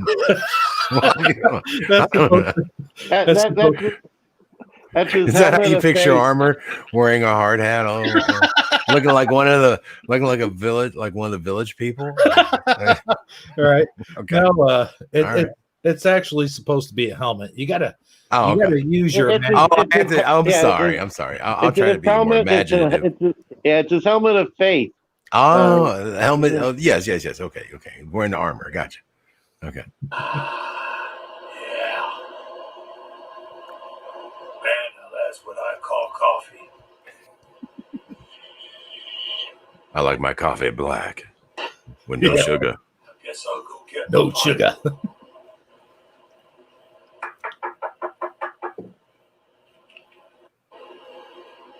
That don't sound like Hero. Had my back, Father. Come in. He prays before the door opens. That's Armor, you know. Well, hey, Armor. Armor.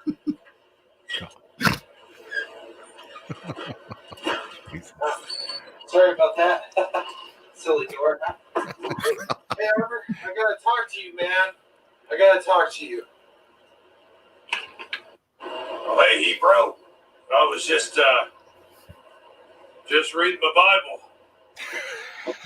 What's up, man? With the Trump 2020 hat. What's so virgin? Right. And for that matter. Huh? What's that? What's that? Oh no, I'm just laughing, dude. I'm sorry. I'm just watching. It's like I'm looking at the way you set the scene. Like I know that hat was picked because it's Armor. You know, you probably figure he's like super conservative. So we'll put a Trump 2020 back.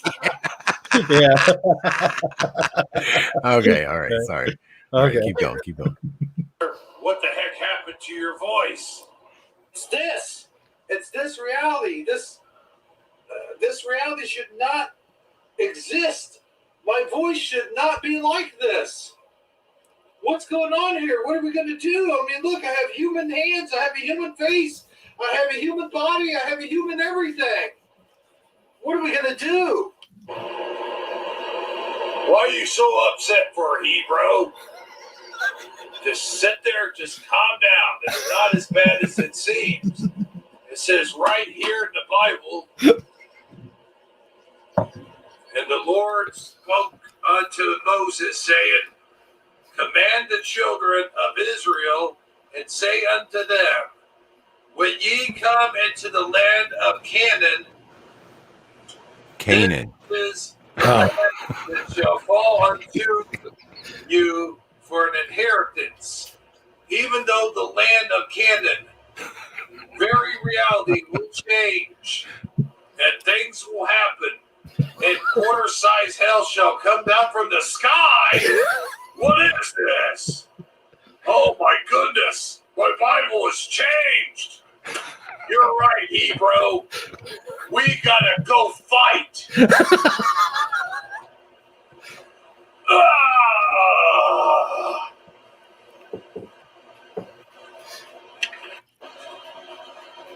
By the armor of God, let us kick butt!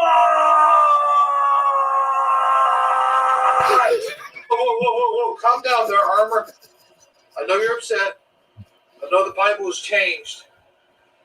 But we got to go about this in the correct way. We got to get back to our former reality where we're not these weird creatures with flesh and stuff. Oh, yeah. And then I also tell you that Sagittarially speaking is missing. What? Sagittarially speaking is missing? Well, that tears it. Let's go.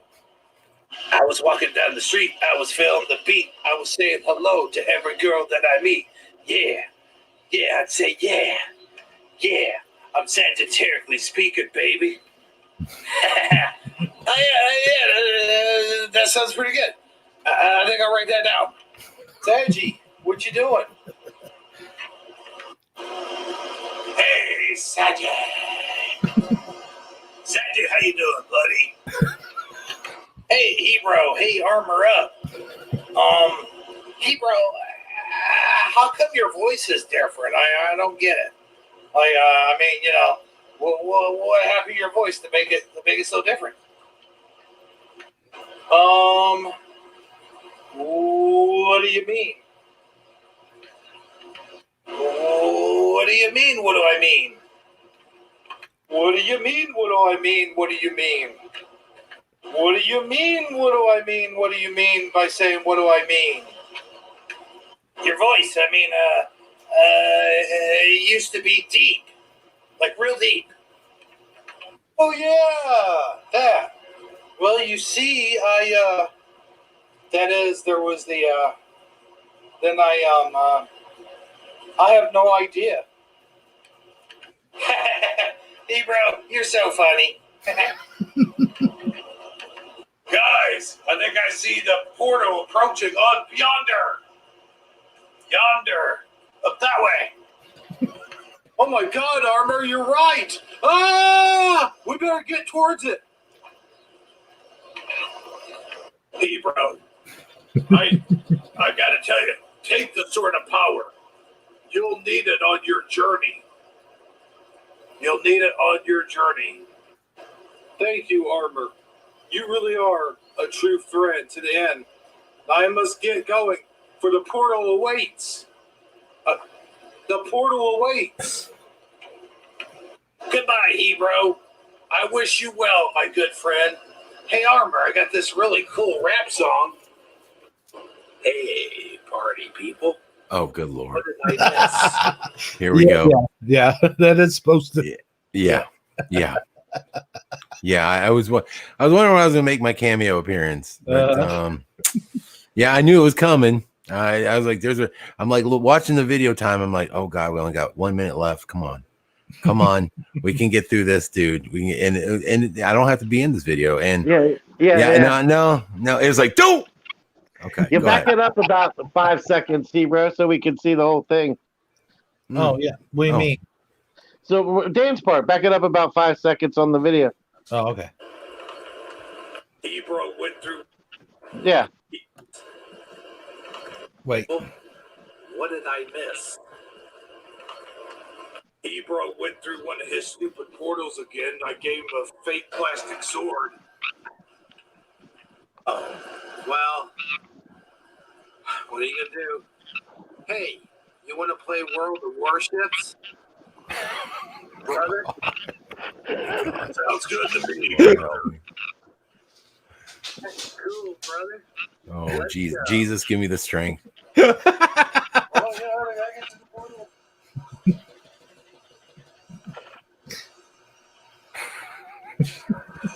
Shit. Oh, no, I gotta get through the portal.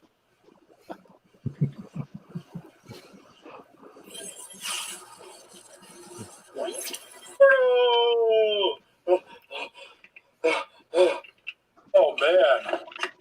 That was all just a dream. That's what you think, party person. It is now the 11th hour.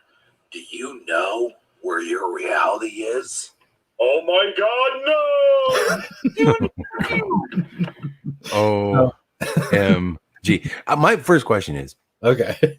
have the cops ever been called on you for running around the neighborhood with a plastic sword?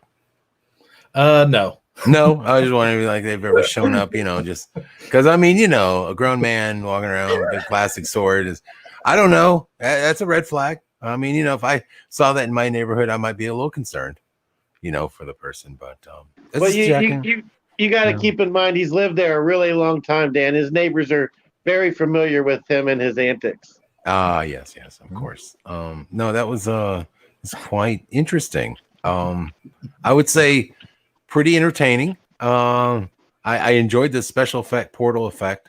I was like, dude, you should put more of that in the videos. I think you should, get more into the special effects. I really like those. It's a good touch. Oh, thanks, man. But yeah, and I also like how the fact that you left in the cuts, like you didn't like you just moved over a little bit and was like, oh, let me just redo this line, That was pretty good. That brought a sense of realism to the whole thing. And yeah, excellent job, man. big clap. And yeah, thank you, man. Awesome.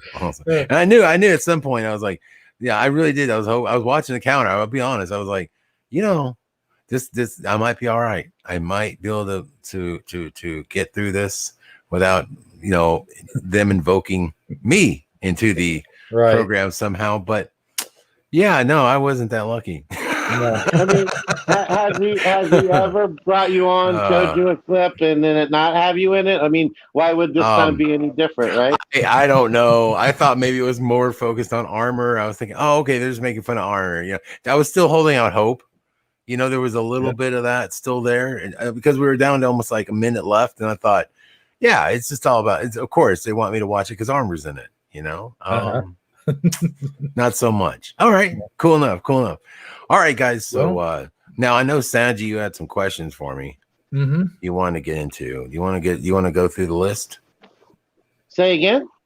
Didn't you have some questions you wanted to put me on the hot seat, so to speak? I didn't necessarily have any. Did you, Hebrew? No, my only question was like how he chooses his panel. How he chooses who gets a wrench. And that's about it. Not that I would ever want one. it's too much responsibility. But I'm just saying.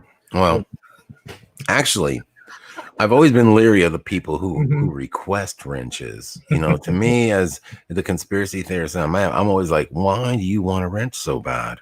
Right. With a wrench comes great power and responsibility too. And just I don't know. I don't want to over wrench, but I don't want to under wrench. And I just just sort of after a while, if I don't have wrenches coming in, then I'll go ahead and just do it. Usually it's what I do is pick people who have been supporters of the broadcast. Who have really tried to be there. There are people that are there every time I broadcast and who really, Salted Cedar's been there from day one. Oh, yeah. Guys like him and Party Puppy and all those dudes they were there when I was like 20 subscribers. You know what I'm saying? Mm-hmm. Which makes me, it's just, it's wild, man. They've been there for a long time. So, yeah, of course, that was a no-brainer. And then, I don't know, just, other folks as well. But, it's just, and I try to like also spread it out. So it's like there's people from different countries and parts of the world that have wrenches too, So it's kind of like, I got Richard Melgar and he's in Australia. So I gave him one, and Richard's always there and supports me very well and very kind person. Oh, yeah. I like Richard. He's cool. Yeah. And so that's how I do it. It's not really I don't really have like any prerequisite. I just sort of just look and like I said, if people drop off and there's nobody else coming to the channel, I like to have a certain amount in there just to just as a show of I guess for I don't get trolled like I used to. It's not so much I need wrenches as mad as I used to. Dude, there were times when I do broadcast, it was horrible. Man, we'd get them bad. Yeah. We got them bad, dude. I mean, we had one broadcast where we had to ban like 30 people back in the day. It was horrible. Yeah, and these people were coming in there saying the most vile, vulgar things I've ever read in chat. I mean, it was bad. And we were wrenched up pretty good. We took care of it. But, it doesn't really happen like that. I don't really get trolled or, messed with as much as I used to. So that's a good thing. I'll tell you what's been good about this. And I don't mean to pat ourselves on the back or anything, but that's what's good about this out that we get. Week in and week out. It doesn't seem like they cause a whole lot of problems. They don't really they might disagree with one another from time to time, but it's not like we get, like you said, a bunch of trolls and a bunch of like nasty, disgusting, vile human beings who just want to come in and just stir the pot, so to speak. You know what I mean? I feel like I feel like we have one of the best crowds in here, and I certainly, I don't have very many, but no, I want to reply to something. So THC Jack says he doesn't wrench his patrons, and then he says now you have none. Okay, let me say something very wise to you. Okay, I'm going to tell you right now, if you support my channel monetarily in any reason, for the simple fact of gaining something from that, then you're not doing it for the correct reasons. Okay? Mm-hmm. Simply put. And I'll just say that. I would agree with that. And we don't even. Yeah, go ahead. So if people, no, what I'm trying to say is if people want to support me and stuff like that and help me out like that, that's awesome. And I always appreciate it. But if you're doing it to, you know, gain some sort of favor or something like that, Mm-hmm. then it's not really for the right reasons. And it's not, I can't wrench everybody who supports me that way. Otherwise, if I did that, then there's been a lot of people who supported me. Right. If I did that, dude, that it's just, it's not the way I go about doing it. You know, like I said, I try to find people who have like been supportive, like as far as like when the broadcast is going on, supportive in the channel, supportive in the comment section, things like that. And that's, I don't just trust people because they give me money is what I'm trying to say. Right. And then you also can run into the problem with people getting wrenches, you give them, and then they use them for evil, so to speak. Like they just use them to time out someone who isn't even doing anything. They just, because they might hold a grudge against that person. You know what I mean? Like you got to be on the lookout for that too, you know? Right. And like you guys, Lothar's got a wrench here, you know? Lothar says, I've known Dan for 2 years and he knows I'm crazy. Admittedly, but there's the thing, we still, I don't have a problem with Lothar's crazy. It's just that, you know, it's fine. It's like whatever, you know, Lothar's Lothar, and he contributes to the show and he calls in and he has his own theories and like I have open lines, you know, and people call in and with their own thoughts on stuff. I don't censor anybody, you know. You want to call in, it's up to you. I just try to, you know, keep the show going and hopefully, you know, try to talk to the callers and have a good flow and, you know, get things going. But yeah, I mean, you know, I gotta say, Dan, I will be the first to admit when Lothar calls you, those are some of the best calls I've. Sometimes that'll be one of your best calls of the night. Will be when the Lothar call, because he always has a way of like pushing certain buttons that gets kind of he gets the party going, so to speak. Yeah, yeah, because we're always like, dude. Well, here's the thing: like everyone has a unique flavor that they bring, right? There are some people like when Lothar calls in, they're like, ah, crap, it's Lothar. We're gonna hear some wild shit tonight. And you know what? I expect to hear some wild because Lothar hasn't. You know what? I will fact check. I now fact check Lothar when he calls in, right? So I'm over here typing, and you know what? He's not far off the mark. There's a lot of times where okay, he might be taking things a little bit left, whatever, but you know, he calls in and he shares some thoughts and. He's not too far off the mark. I mean, there's some where he's spot on. He's like, I'm like, damn, you're right. It's mostly about Canadian stuff that I don't know about. So it's kind of cool. And, you know, I'm here to learn, you know, what's going on over there. And I'm trying to be more understanding of what's happening worldwide, not just in America. So he offers an interesting perspective on what's going on in Canada sometimes. And yes, it might sound crazy. And yes, he might not articulate it the best way, you know, where people are like following him, but you know what, he tries his best and I appreciate his input. So there's that. I agree. He's been I'm sorry, I don't mean to keep cutting you off, Ebro. That's okay, man. Go ahead. He's been showing up. We've been doing call-ins lately here, and we've been just letting them come in like with their avatar off the link, and he's been participating quite a bit in some of our more recent shows, and I would definitely agree with mostly everything you said. He always has a unique thing that I've never heard before, or a take on it that I've never heard before, and it's hard to come up with something that is new to me, you know, because I feel like I'm a sponge. I absorb everything I can, so I would agree with that. And then go ahead, Ebro. I know you're trying to say something. Go ahead. Oh, yeah. What I was going to say was, in effect, that when you do have callers, I do notice that you're like one of the most patient dudes in the world, man. You know, I do know that you're doing that out of professionalism. Like you do have a very professional show, you know, and I know that there are callers that at times you just wish you could just go, you know what, F you, man, you know, hang up on them or whatever. But, you know, I give everybody a chance. I don't want to be that guy that's like, oh, get off, get off. I think I learned that from Alex Jones a long time ago, listening to that dude, because he would have callers call in, and they were saying some stuff that was against maybe what Alex's, was whatever he wanted conveyed. Okay, so one caller one time called in, and he had some interesting points to make. And this guy used to blow up and be like, get the hell off my broadcast, And I'd be like, wow, dude, like that just stuck with me. It was something I saw, and I didn't think it was very professional. And I felt like why are you trying to like silence this dude? Like, look, let's all get it out. Let's all put it out there. Okay. Let's lay it on the table and let the chips fall where they may. If a caller has something important to say, all right, I'm not going to try to censor them or anything like that. I may try to convey or suggest something otherwise, but I'm not going to like try to like lead the witness in a sense.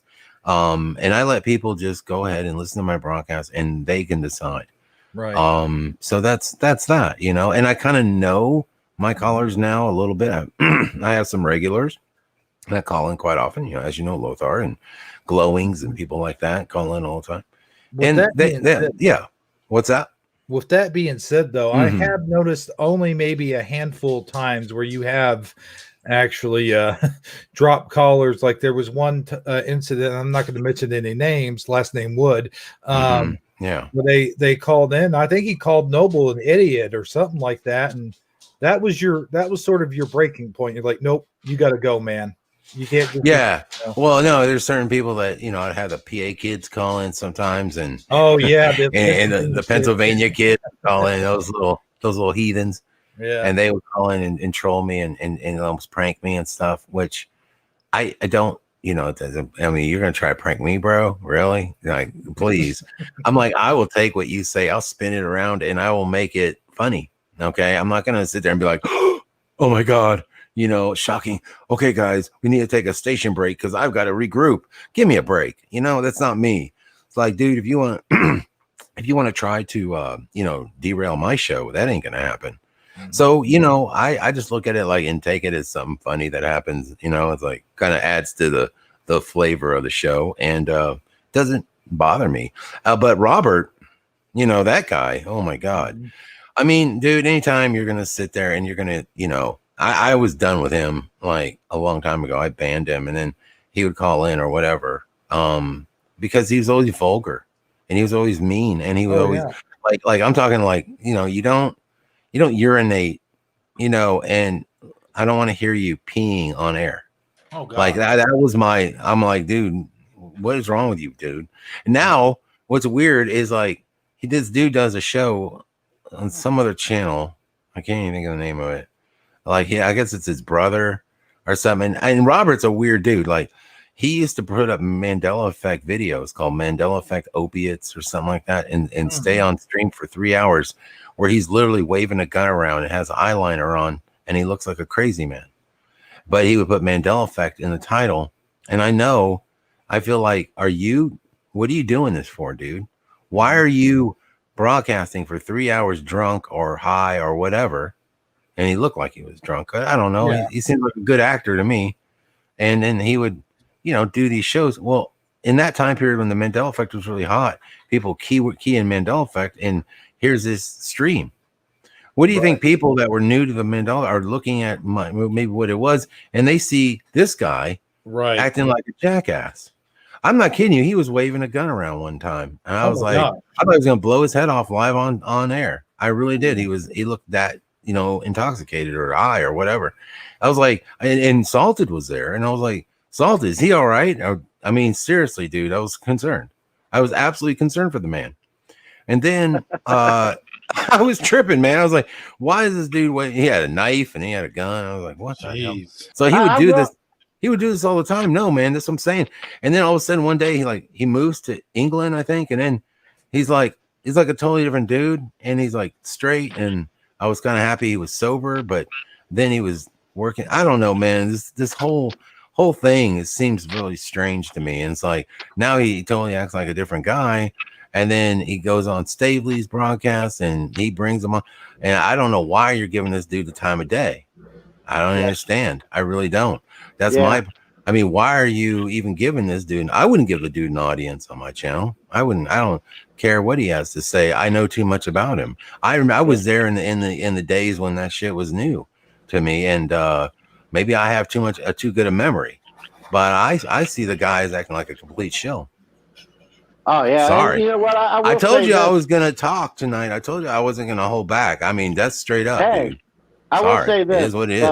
When Hero and I first started doing our show, I remember us having conversations where we distinctly said that we were kind of using your show especially in the very beginning. I wouldn't say so much anymore because we've kind of found our own little niche, our own little groove, our own little our own little thing. But when we were first starting, we used your show kind of as a template on how we wanted our show to be, like the same level of restraint that you use, the same level of like keeping it somewhat family friendly, a certain level of professionalism, certain level of like, keeping a certain level of professionalism, and just the way that you carried yourself on air, like where you don't cuss a lot, you always maintain a certain level of professionalism, but at the same time you don't pander to your audience. You do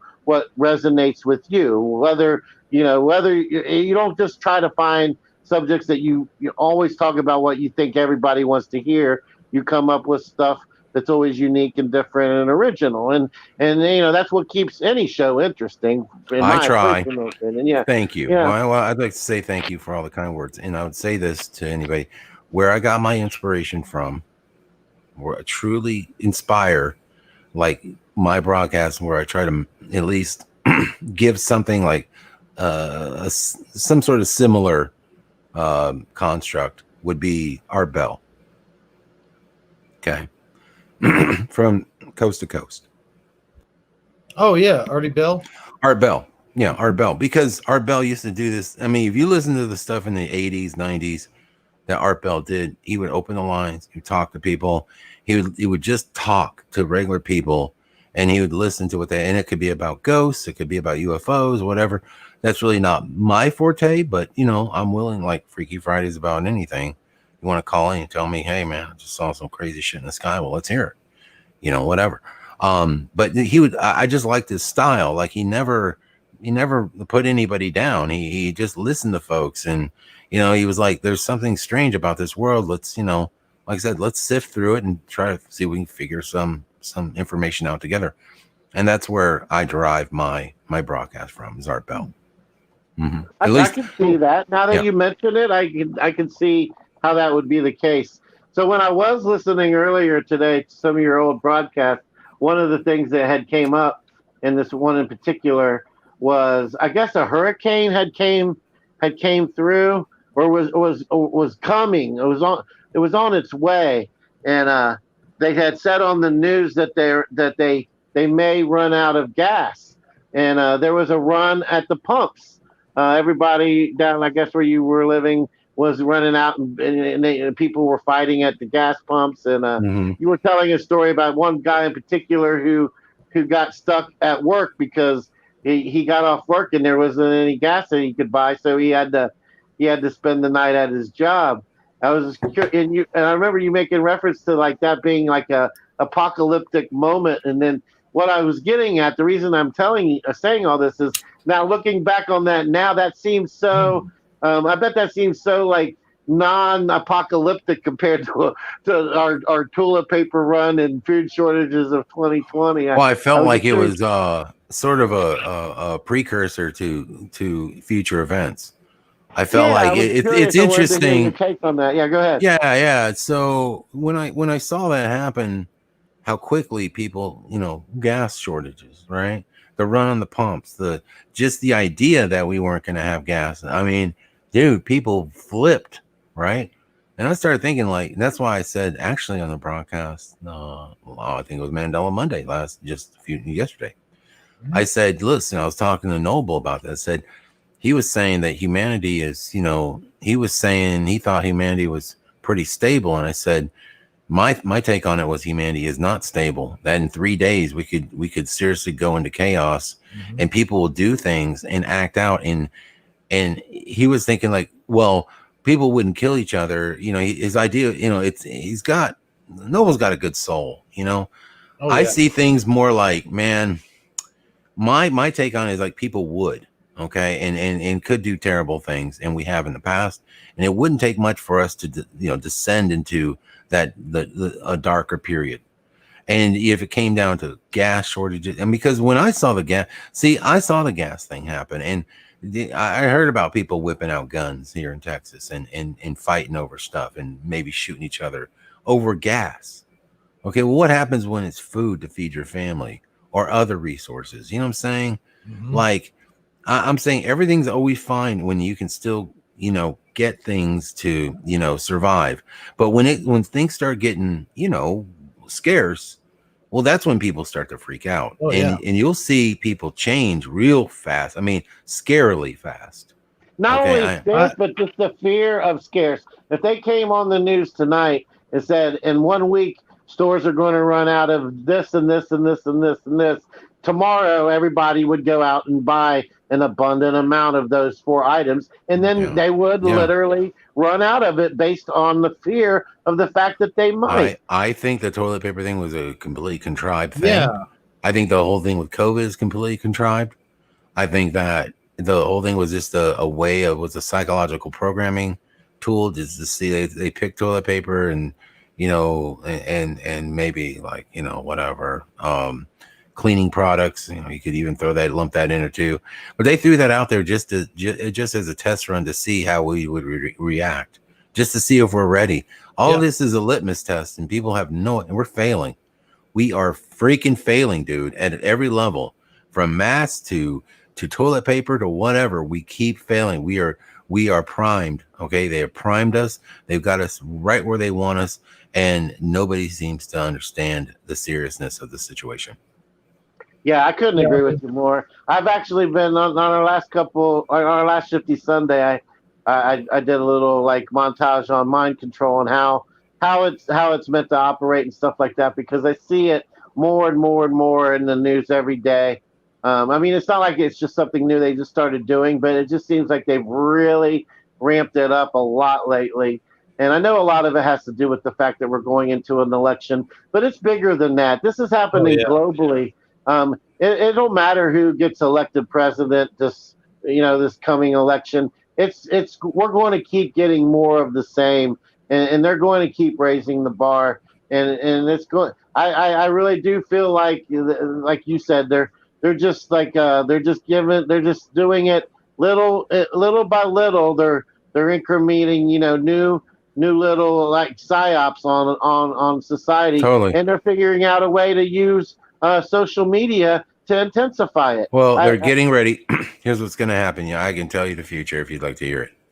Oh, I'd love to hear your take on the future. Oh, let's. I got to hear this. I want to get my pen so I can write it down. All right. I predict. Okay, this is my prediction, that leading up to the election, cycle, there's going to be a lot of strangeness going on. Now, there's a part of me that believes that there's going to be, whether Trump wins or not, both either for or against, there's going to be an uprising. Okay, it's going to be those people against Trump, or it's going to be those people that were Trump supporters that are pissed that they got the election. They're going to claim they got the election stole from them. They're locking down social media currently, right now, as we speak, on Facebook. They are already planning to censor. They already let everybody know the censorship's coming. It's already happened to my friend today. Okay, just before I went on the broadcast, I got to see his basically he cannot broadcast for 60 days over a comment, dude. And I read the comment, and it was nothing. Okay, it was like, wow, that was a post he made, and it got flagged. Okay, so it's very, very touchy. So I have a feeling that because if something happens with the mail-in ballot system or whatever, everybody's primed for some sort of effery to happen. And I think this leading up to that election cycle is really where it's going to kick off. Okay. And then they're already showing you right now with all these protests and stuff that it's not so much about the protests or anything like that. It's showing you that they're bringing out more military hardware in the cops and things like that. They're really rolling that out is to be a part of the whole thing. I think that is sort of being implemented in our minds. It's to get the idea that that to see military style vehicles on the streets is commonplace now.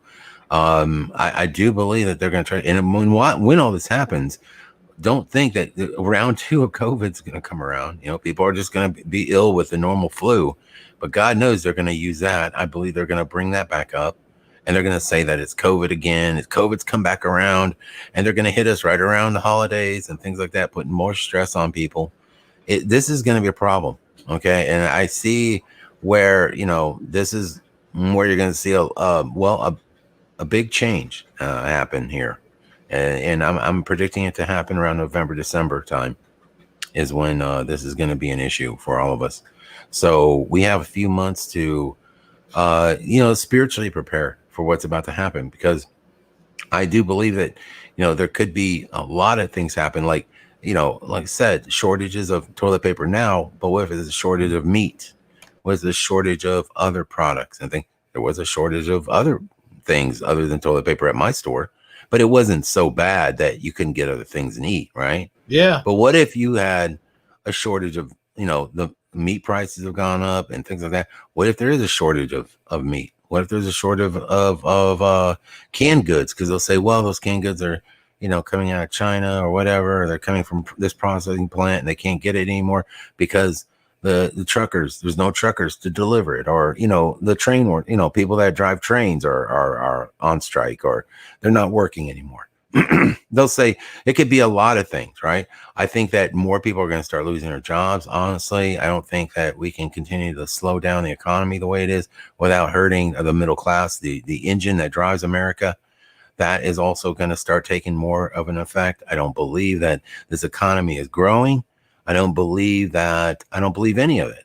When Trump says that, oh, more jobs are created every day and all this other stuff, I'm having a hard time buying that with this shutdown, with the closing of so many businesses. All I see is a lot of businesses shutting down. I see vacant, retail space everywhere.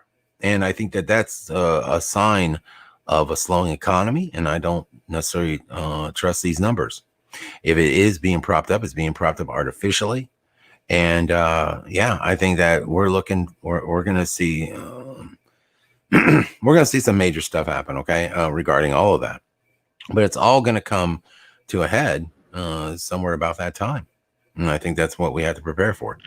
Yeah, and I would say if you're trying to question like exactly what's the motivation behind it, like what's the end game, my mind comes to the conclusion that it's basically they're trying to make everybody more government dependent. That way, that like we were saying earlier about the landmark thing. Once you've spent all your money and you're dependent on them, then they have that greater influence. The New World Order, you call it whatever you want, but it's basically if everybody's dependent on a greater power, because you can't go out and earn a living for yourself, then it's that whole socialist New World agenda. Yeah. I think I don't think we should be living in fear. I think you should have faith in God. I think that everybody's going to be okay.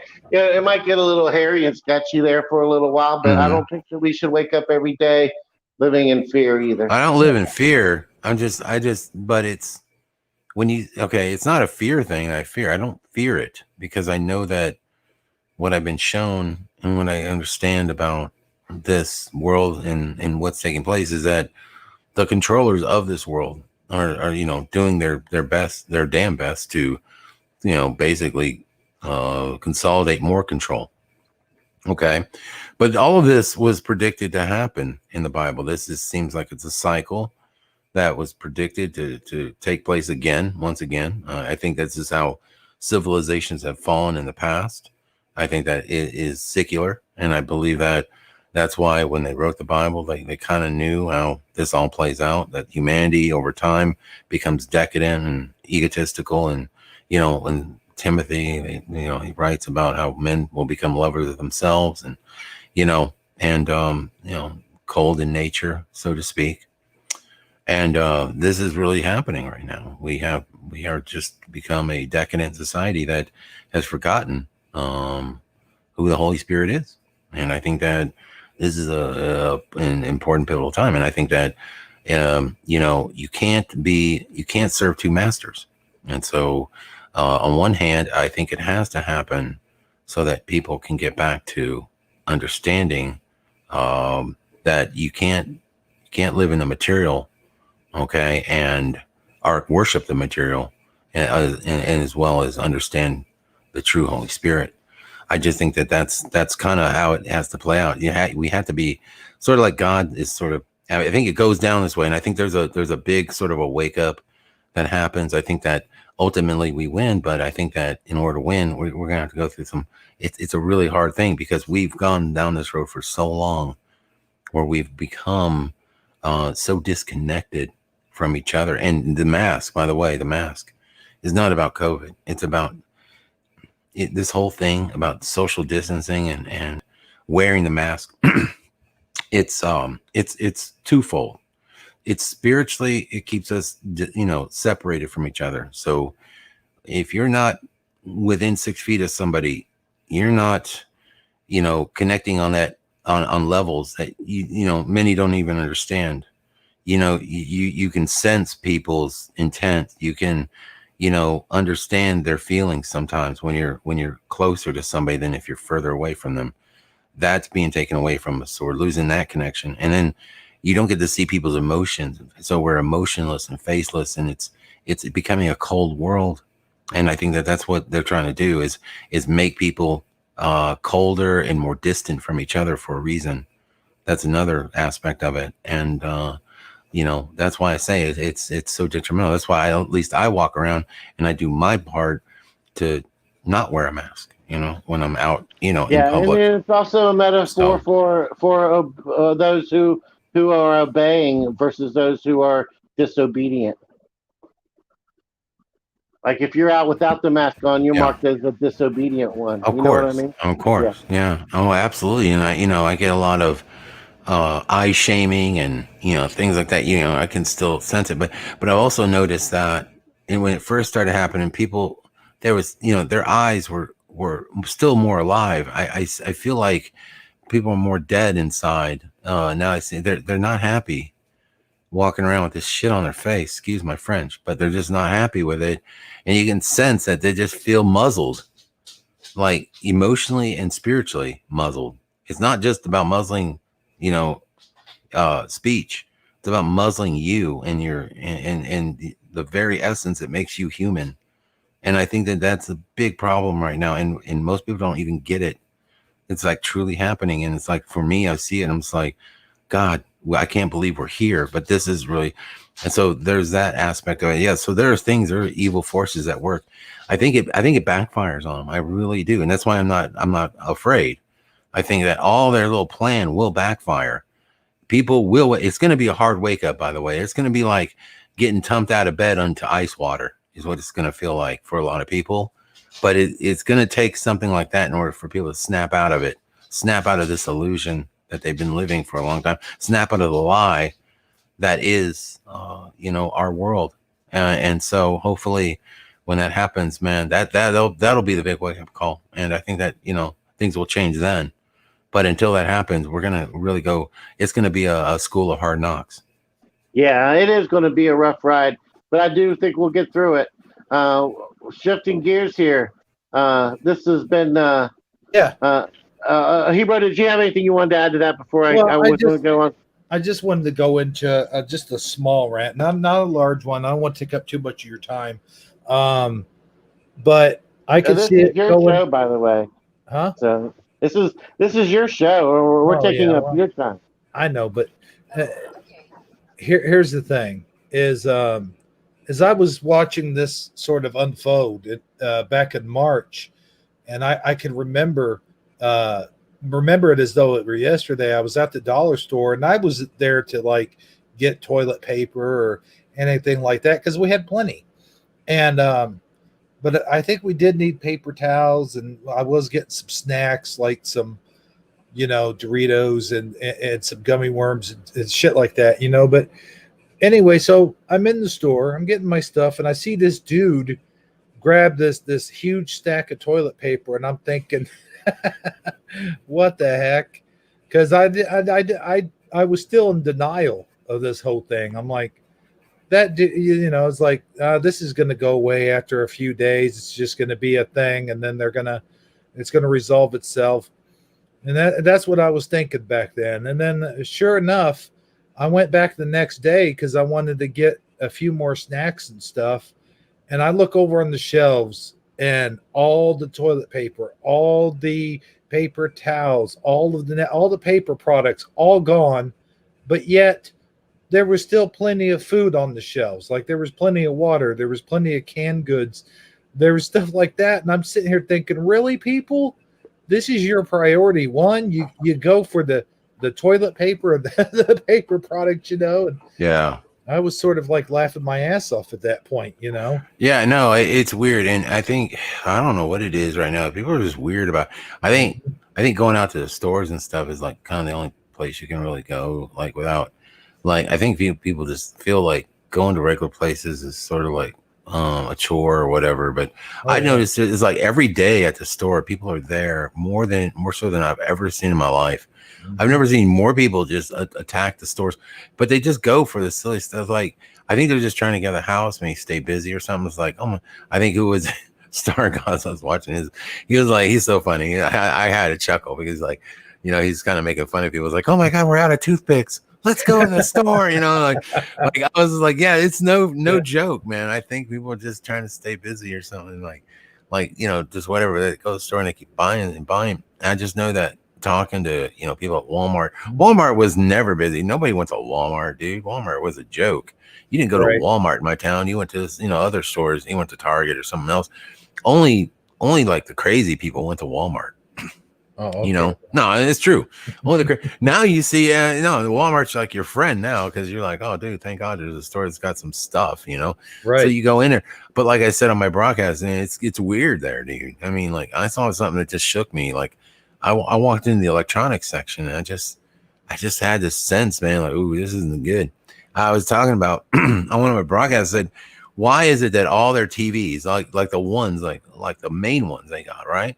Every one of them had a printed like sales tag on it, and it was like all of them had been changed. They weren't the normal Walmart tags; they were printed like with a copier, and they were super cheap. Like, they were like selling, like, I've never seen stuff this cheap. I never saw a 65-inch television for $279. Oh wow! I'm like, holy cow, dude! Like, they are getting rid of this stuff, and I started thinking, well, a lot of people say, well, that's right before Christmas, man, they're just trying to move inventory, but like on the whole lot of items, like, to me, I just had this sense like they're just getting rid of crap because they realize that pretty soon, I don't know, like, there's not really going to be a need for it.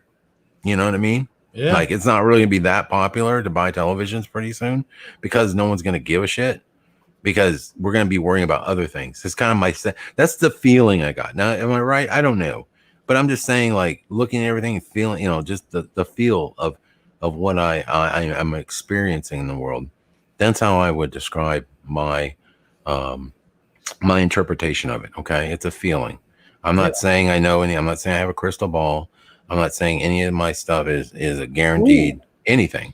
However, when I have these feelings, I am typically, unfortunately, right a lot of times. And so all I'm saying is I'm not perfect. I'm not like, I'm not a prophet in any way, but I'm just saying that I have a good sense of how things are playing out. Oh yeah. That's all. I get it. I totally get it. Yeah. Well, the other thing I was going to mention, which I forgot what it was now. I'm sure I'll get back to it later, but let's switch gears here. You mentioned crystals, like you said crystal ball. Saji, did you have something you wanted to share about time crystals or something like that? Oh yeah, we were going to talk about time crystals. I think you got an article there, and then the other thing I was going to bring up is is being billed as the Mandela effect of 2020. Oh yeah, it's this new Twilight Zone thing. Moneybags put out a video yesterday or the day before, and on his description bar, he says it's the biggest Mandela effect of 2020. So I had to click on it. Well, of course you do, because he put that. Yeah. I mean, why would he deem it the biggest? It's just a change in the Twilight Zone. If if it is for some people, like, I don't understand. But he's good at self-promotion. So he knows how to clickbait. And he knows how to get people to watch his videos. So, okay, that's a bold claim. I mean, I'm glad he's here to tell us what the biggest Mandela effects are, considering, I consider there's a lot of big Mandela effects, but, hey. Well, that's what I thought. Maybe we would watch the video. We got Mandela Man himself, Scarabperformance, and he's not no Mandela slouch. And, I feel pretty well versed on Mandela effect issues as well. I wouldn't claim to be on any, like, on your level or your tier, but I know a little bit about it. Man. Yeah. So I thought we would look at the video and apply our discernment and decide for ourselves. What do you guys think? Well, here's what I think. Number one, I think Dan's dog needs to go outside. Oh man, he's driving me nuts. That dude is. I mean, it's like, boy, can you just calm down? Yeah. What's wrong with you? Huh? What's wrong with you, Popo? Yeah. Anyway, sorry. But number two, or he just wants to, like, play or something. I don't know. But, he always moves around during the broadcast. He just waits till I go live, and then he's like, "Oh, you're broadcasting. Well, let me go get a nice drink of water and slurp up and make it sound like I never feed you or give you anything to drink." Everybody's like, God, listen to your dog. Do you not get, he's got a water dish the whole time, but he only waits until I'm live to drink out of it. I mean, I was like, I swear this dog trolls me, but he knows what's up. He knows. Yeah. No.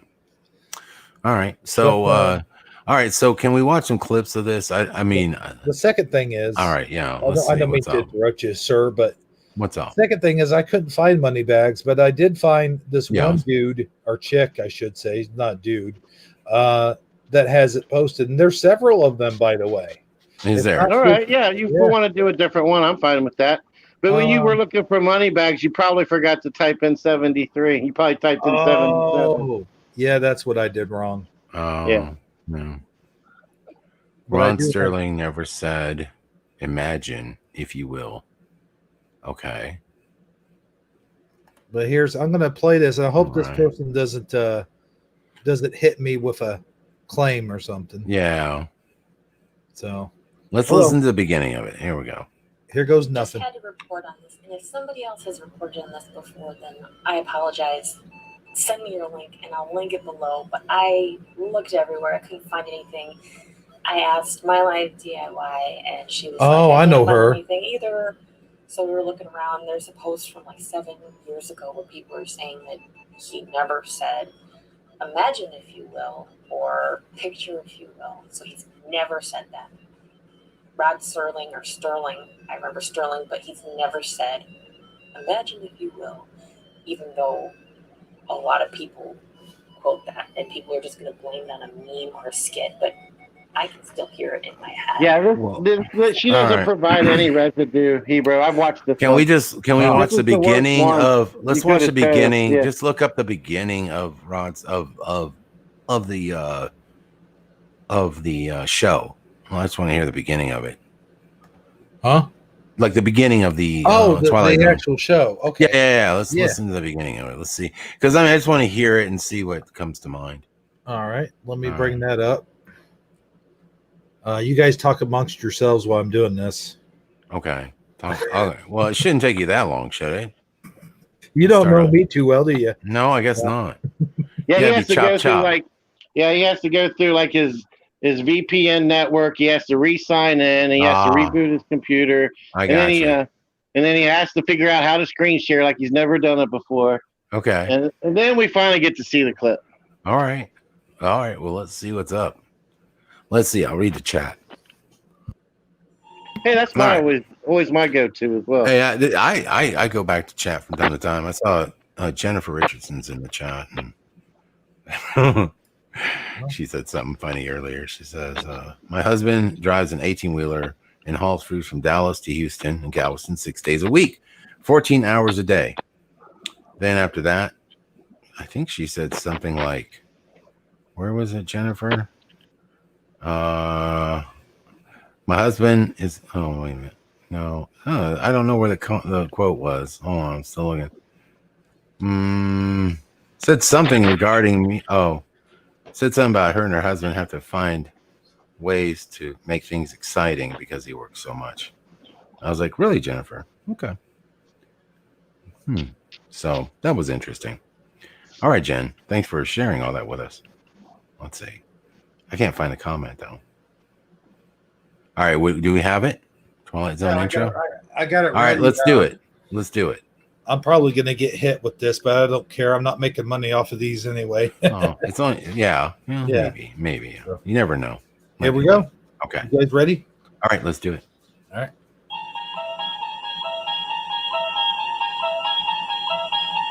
You unlock this door with the key of imagination. Beyond it is another dimension. A dimension of sound. All right, go back. Stop. Yeah. Stop. That whole intro sounded. Now, did you say that there were other intros, the way they worded it throughout the different seasons or different whatever? Like they changed it at a certain period of time. Here's the thing. Yeah. When I listened to this, when he gets up to the door, it's like, shouldn't there be something that he says before that? It sounds like. Well, it sounds like it's cut off, like really bad. Like okay. And so when I start thinking about it, like imagine, like him saying that, like I can kind of I feel like that's missing. Maybe it was imagine, or I would say that's a good guess. Okay. But I'm going to tell you right now, the way it is now seems really jacked for me. I mean, just jacked. Like if that's the way it starts, but this doesn't look like this intro. Like this looks different than the one I've seen before. Like, shouldn't there be a different one where they're out in space or something? It shows like some sort of weird, or maybe it does change to that later. I don't remember this. They are in space, but I mean, well, no, but like I thought there was more. Like it wasn't so dark. I thought there was more stuff in the. Like I remember an intro that seemed more. I don't know. Maybe I'm being weird or something, but I thought the intro looks different too, like the video of it. And this is the way it started out. Really? Okay. Let me. There's. Let's see here. I think there are different ones. By the way, so I don't. But that seems. Oh, Lorraine wonders if it was the Outer Limits that said that. That's interesting. Good point, Lorraine. Maybe it was. You can't forget the Outer Limits. All right, so original time. Oh, there it is. Yeah, that's the one I'm looking at. Twilight. See where it looks like they're in space right there? Like, yeah, that one. Oh, this third one down. Yeah, that one. Oh, yeah. That's it. Yeah. Click that one. Let me play that one. All right, cool.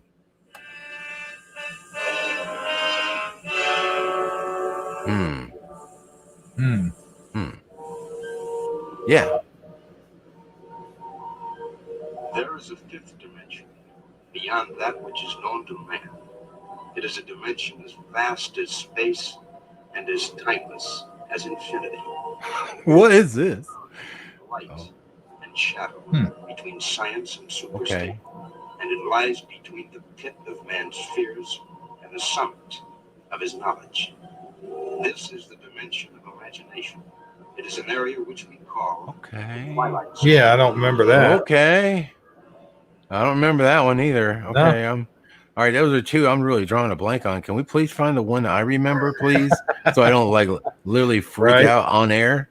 I'm about to have a freak out, dude. I'm like, seriously, like, what is going on? What about that second one there? What about this Greg Pepper? Go to Greg Pepper. This one. Yeah. Well, all right. Well, this one here has 59 to 2002. Okay. Yeah.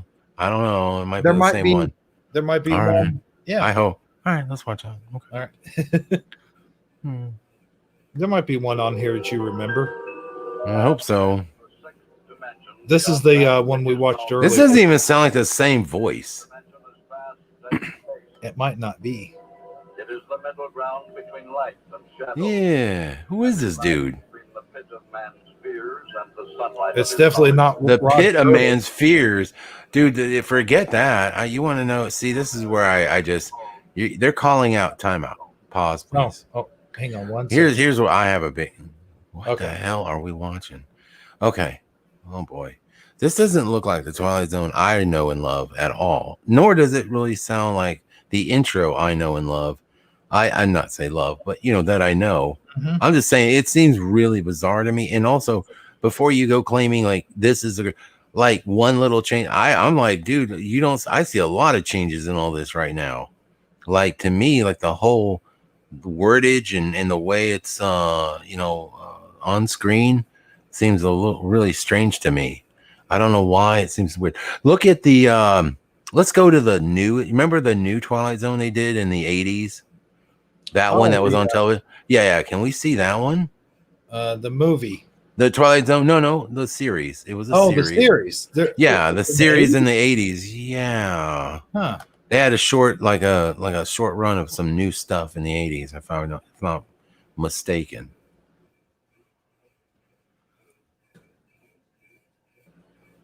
Oh. Yeah. Yeah, that one. Where's the intro for that? To intro. 80s intro. Okay. There we go. There it is. Uh-huh. All right. There we go. Let's try that one. Wait. Let me Okay. get Full it up. screen. Okay, Yeah. Here we go.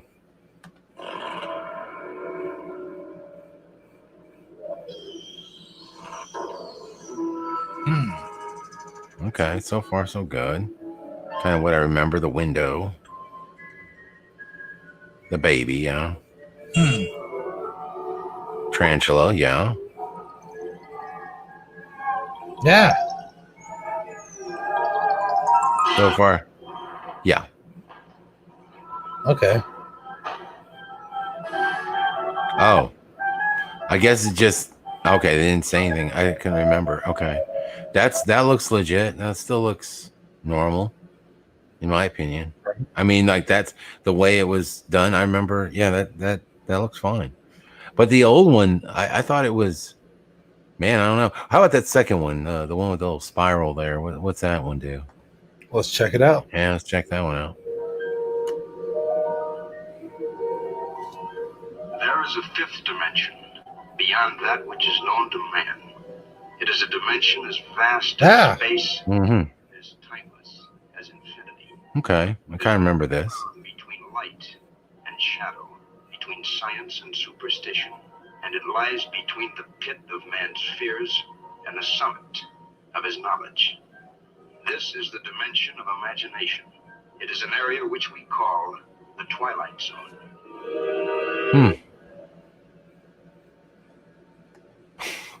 Okay. I don't know, man. Like I said, it's I wish I could be more specific about what I feel is off on this, but these dudes seem a little strange. I mean, just some of the wording and things like that seem a little different, but I can't necessarily pinpoint what it is. And you say the changes. Can you imagine? What is? Yeah, I sent you the link, bro, for That's How I Fell Out for Moneybags video. Okay, you sound like you need to pop in and pop back out. All right, let me do that. Yeah, your microphone's doing that. His does that every once in a while, where when he first comes in, like you get a major echo off of his microphone until he gets back in. Yeah, it happens with Sandy sometimes. Yeah. I mean, she has a little bit of audio issue from time to time, but she's getting better. I think they're working on the program, so yeah, it's helping. All right, let's see how I sound now. Okay. All right, is that better? I don't know yet. Yeah, way better. All right, so yeah, I got you the link to the Moneybag video because I think that's the one that really breaks it down the best. Okay. So if you want to play at least a little bit of it, he won't mind if we. Yeah. I'm sorry. Go ahead. No, I was just saying he won't mind if we share it. I'm sure. No, we've played his stuff before. Yep. Okay, let's get to the money bags. Mr. Moneybags. Let's see here. You sent it to our private one, or? Yeah, it's the one we've been using tonight. Oh, okay. Here we go. Whoa, whoa, whoa, whoa, whoa, whoa, whoa. Okay. Sorry. That didn't sound like, that sounded like sticky. Right. Mm-hmm. Yeah. All right. Let's see. Boy, he's got a new thing there. I haven't seen it before. Let's see here. I'm gonna fast forward this intro, I guess. Oh, too far. Whoop. Oops. I've uncovered some very revealing items. Men talked about who never existed. Men who existed and not even mentioned. Oh, I've seen this. Basic historical facts that simply don't jive. The things I remember are not delusions. They're the legitimate recollections of things as I remember them. Some way, this world seems to have turned upside down for me. Well, not in every way, you understand. By and large, the people are the same. The names, the streets. It's as if there were another world parallel to mine. As if this world were almost a twin, except for some minor differences that happen. Well, this isn't. Yep. Welcome back to the channel, everyone. Thanks for joining me today on the Moneybag 73 channel for voting video number 363, an incredible Mandela Effect voting video series. All right, this I'm dubbing the biggest Mandela Effect of 2020. I've been waiting quite a while to have something that really blew my socks off, and here we have it. So I'd like to give a big shout out to Maybe It's Mandela. Oh yeah, that's video this morning. She's talking about this famous line that would be uttered, some people say, at the beginning of all 156 episodes of The Twilight Zone between 1959 and 1964. However, apparently, it was never said. So this is totally mind-blowing. I want you to thumb this video up if you ever recall Rod Serling, who I remember as Rod Sterling, but that's another video that I think I already did. I'm not sure, but I think I did it. I've done so many now. We're on number 363. But if you remember Rod Sterling starting out The Twilight Zone by saying, imagine if you will, then go ahead and thumb this video up. If it's always been anything but that, and thumb the video down. So I have to tell you that there was more residue for this than a lot of videos that I've made in the last few years. I mean, I just really had to pick and choose what I wanted to put in here. This was totally crazy. So we're going to start here with this site called knowyourmeme.com. So imagine, if you will, is a memorable phrase uttered by Twilight Zone host and creator Rod Serling in a variety of episodes, according to this here. Well, of course, in natural ME fashion, as you would have it, that's not the case. And so here's a profitability thinking. We come down here. John Bowman claims that, imagine if you will, that was the famous beginning of the first sentence that Rod Serling used in every episode of the classic television series, The Twilight Zone. Well, John, sorry to burst your bubble, but apparently Rod never said that. We're all confabulating that. Come on, everyone. Thumb this up if you recall. Okay, so, we're not going to watch 11 minutes of this, obviously. But, But hey, everyone has their own broadcasting style. I mean, No, I think we got the gist of it now. We're good. Yeah. So I think that's an interesting residue for sure. I mean, look, there's and imagine if you will. There you go. Like I said, I definitely feel like the beginning of the damn thing's changed. Imagine if you will. Imagine sort if of you fits. will. Yeah, I'd have to say I'm about 80% on that one. Yeah, so. Yeah, the year is 2020, and you wake up and everybody's wearing a mask and social distancing. And you're just trying to go buy some toilet paper. Yeah, just trying to buy your, so stock up on some goods. Yeah. No, look, and it's possible, and like I said, it does seem interesting that there's some residue out there. I don't know. Like I said, I feel like when we watch the video, like the beginning of it just started out strange. Like I feel like there is something missing there. Something going on. So maybe okay. Yeah, maybe the beginning has changed, but what it was entirely, I'm still the jury's still out. I guess I have to think about this one for a minute. Armor says here's what Armor said. He said it was the first line of the episode and not in the intro. Oh, you know how like he narrates, no kidding. Like starting to Well, let's do that. Okay, so pull up one of the episodes. Can we pull up an episode, like a full episode?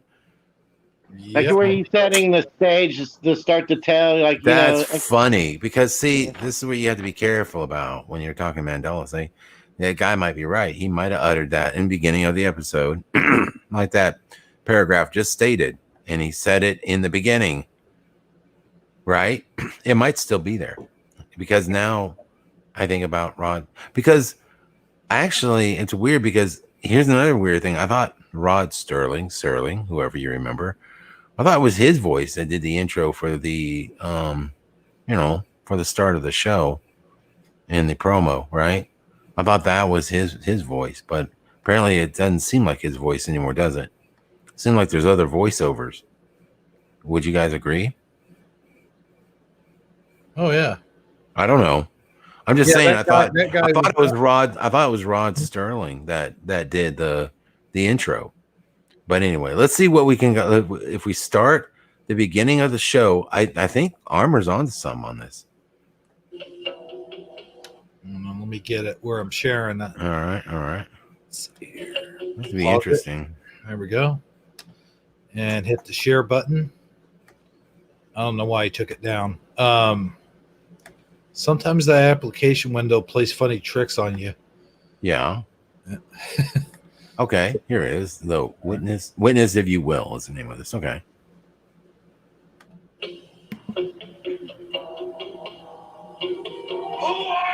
Ah! The hell is this episode? Oh my God. Okay, this is not the Twilight Zone. No, that was no way. Please, this cannot be an episode of the Twilight Zone. No. First off, where's Rod? Where's Rod? Good look. No, let me jump on let me see if I can't find something for us real quick. There you go. Let's go to who has Twilight Zone? Does Amazon have Twilight Zone episodes? No. No? Wait, yeah, probably. Yeah. Do they? I think so. Oh, come on. Amazon should, right? Okay, let me look at Amazon. Twilight Zone. Hey, I'm not in the Amazon loop, I'm just saying. Well, yeah, I used to be on the Netflix loop, but then I was like, wait a minute. Netflix is getting as much as Amazon and I can get free shipping. Well, I choose free shipping. There you go. Saying, right? I think that was a good move. I don't know. Maybe not. I feel like I'm still supporting the Illuminati. Shows. Yeah. Series. Series. Okay, here we go. Twilight Zone series. I'm having it. All right, Twilight Zone series. Season 2. No. Complete series. No, I don't want to purchase. I'd like to. Season 1. But is this? Oh, not 2019, 1915. Maybe. Oh, here it is. Wait. I don't want to purchase. Start with CBS All Access. No, I don't want to start with CBS All Access. Come on. Something on YouTube. I mean, no, I think I really do with all this, censorship and stuff, man. I think a lot of them might have been removed. Think so? Yeah. Saji, let me ask you this, Saji. Oh, he probably went to go get him something to eat or something. Let me see here. I'm sure. I'm here. Go ahead. Oh, do you have that thing I sent you? I think I sent you a montage of all the openings. Yeah, I was just trying to look up because we looked up residue yesterday and we found some really good stuff, but I can't remember where it all went. Like I can't find where we put it. Oh crap! Let's see. So I was going through my history when you just to look, like on my Chrome history, to look for the links that I found yesterday, because I found some really good ones, and one of them was the one you were saying. So let me go do that real quick. You might not be able to hear me, but I'll be right back. All right. And so we may not find them on YouTube. Hold on a second. Okay. I think I found one. All right. No. Shoot. Hold on a second. There's got to be. Forgetting Netflix, maybe. Let me watch. I might still have a Netflix thing. No, I don't. Dang it. Hold on. There's got to be another way. Here, let me see. It's got to be another. I think there was another site that had it. I can't remember the name of the site though. Hold on. Rotten Tomatoes. Zoom Fandom. Where is it going to be? How about this weird site? I'm going off on a tangent here. I think I'm going some weird Russian site. Let's just hope I don't get hacked. Hold on a second. Okay. All right. Do you have CBS? No. Oh man. Yeah, CBS. Wow, they're really locking this down. There's got to be another. There used to be. See if there's any on Look Movies. There might be some on there. Oh yeah. I know. You're right. Yeah. You know what? I know where I can find it. Hold on. I can do this real quick. Okay. I got a way. I'm not going to tell anybody how this works, but there's a certain site that allows you to download little pieces of the movie. And and I don't know how it happens, but when I start downloading little bits and pieces of it, somehow it just magically becomes a full movie, and then I can watch it. It's really cool.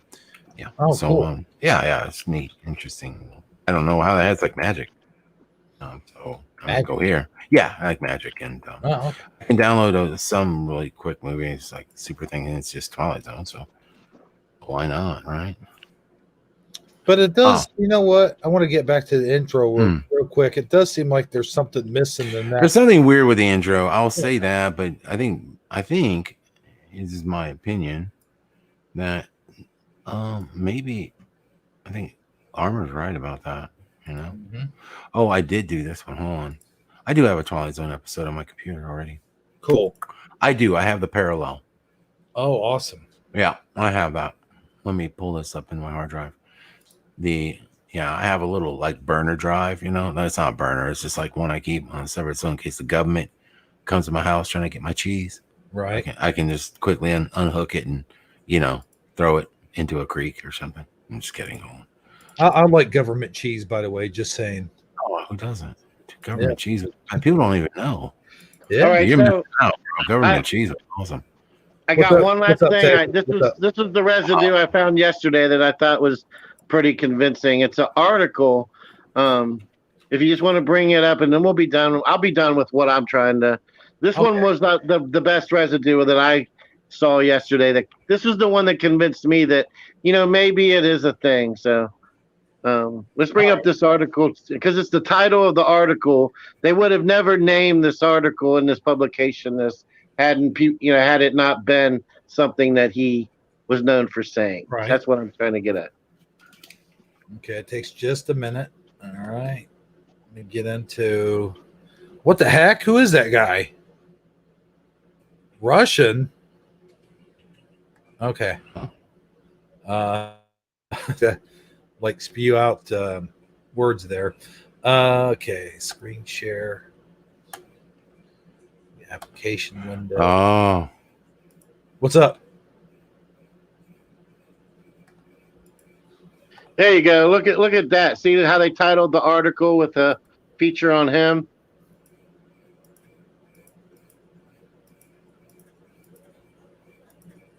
Yeah, I see it. Yeah.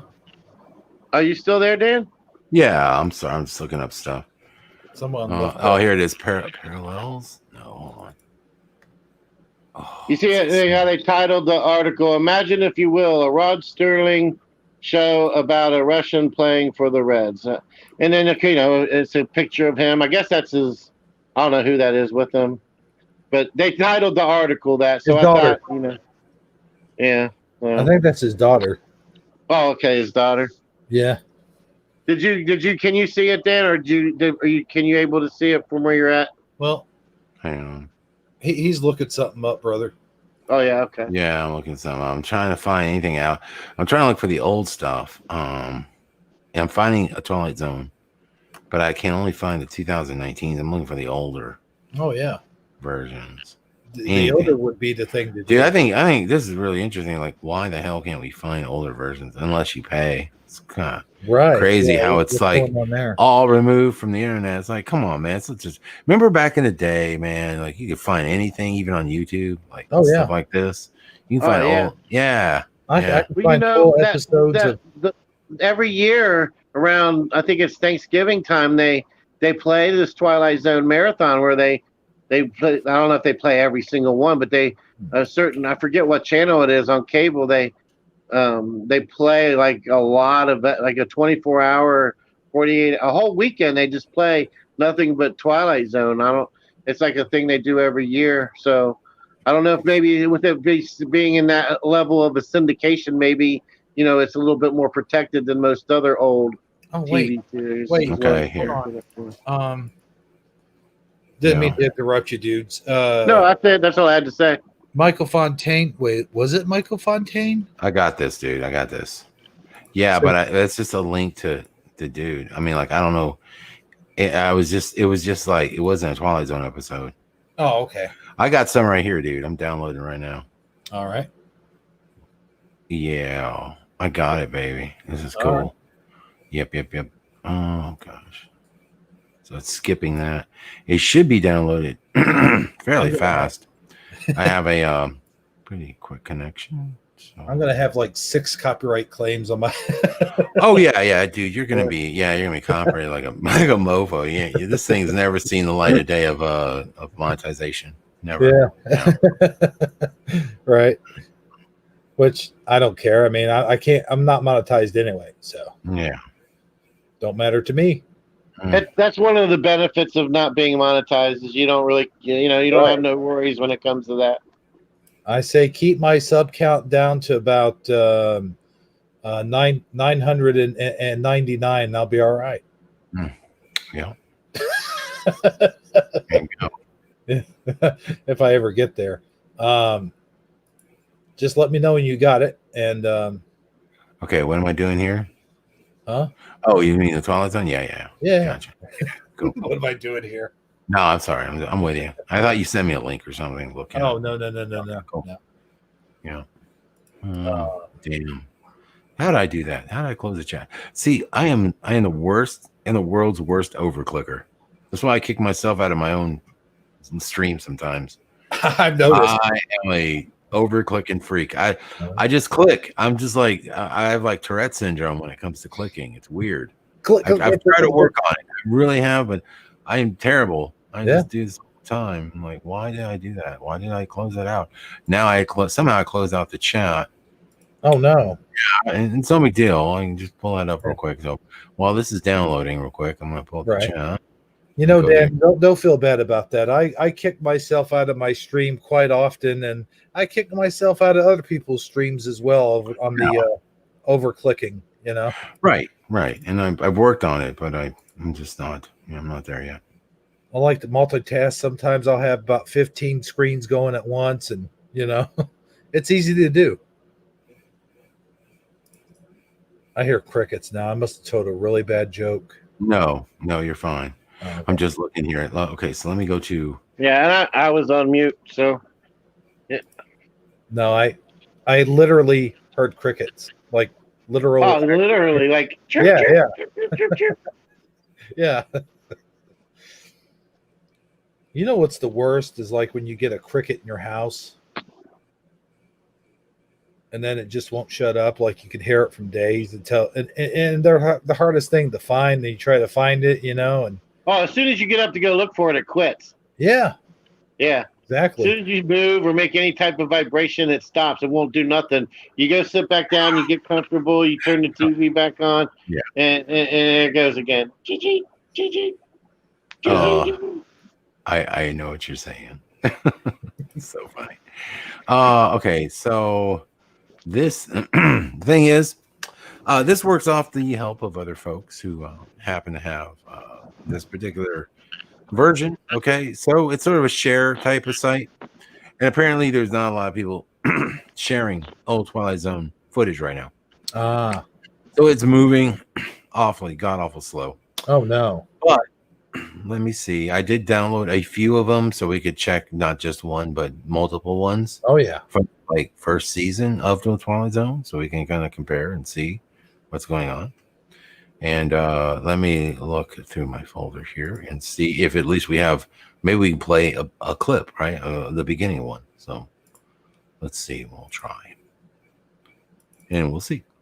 And let me get to the movies here. Okay.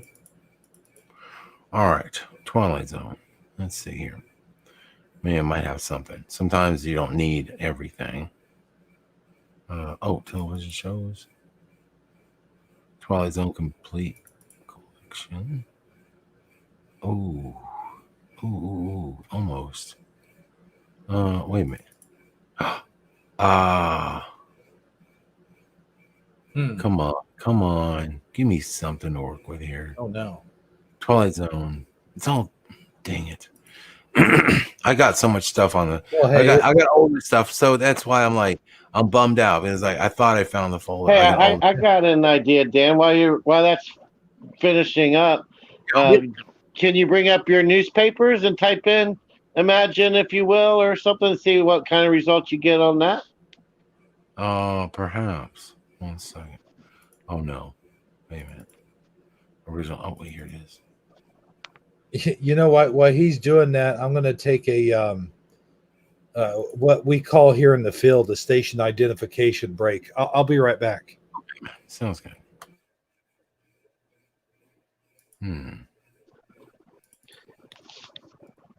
Let's see here. I'll go ahead and see what chat's talking about. I don't really see a whole lot of anything new. Nothing much going on. Well, now all of a sudden somebody types something. Wait. Second link Hebrew.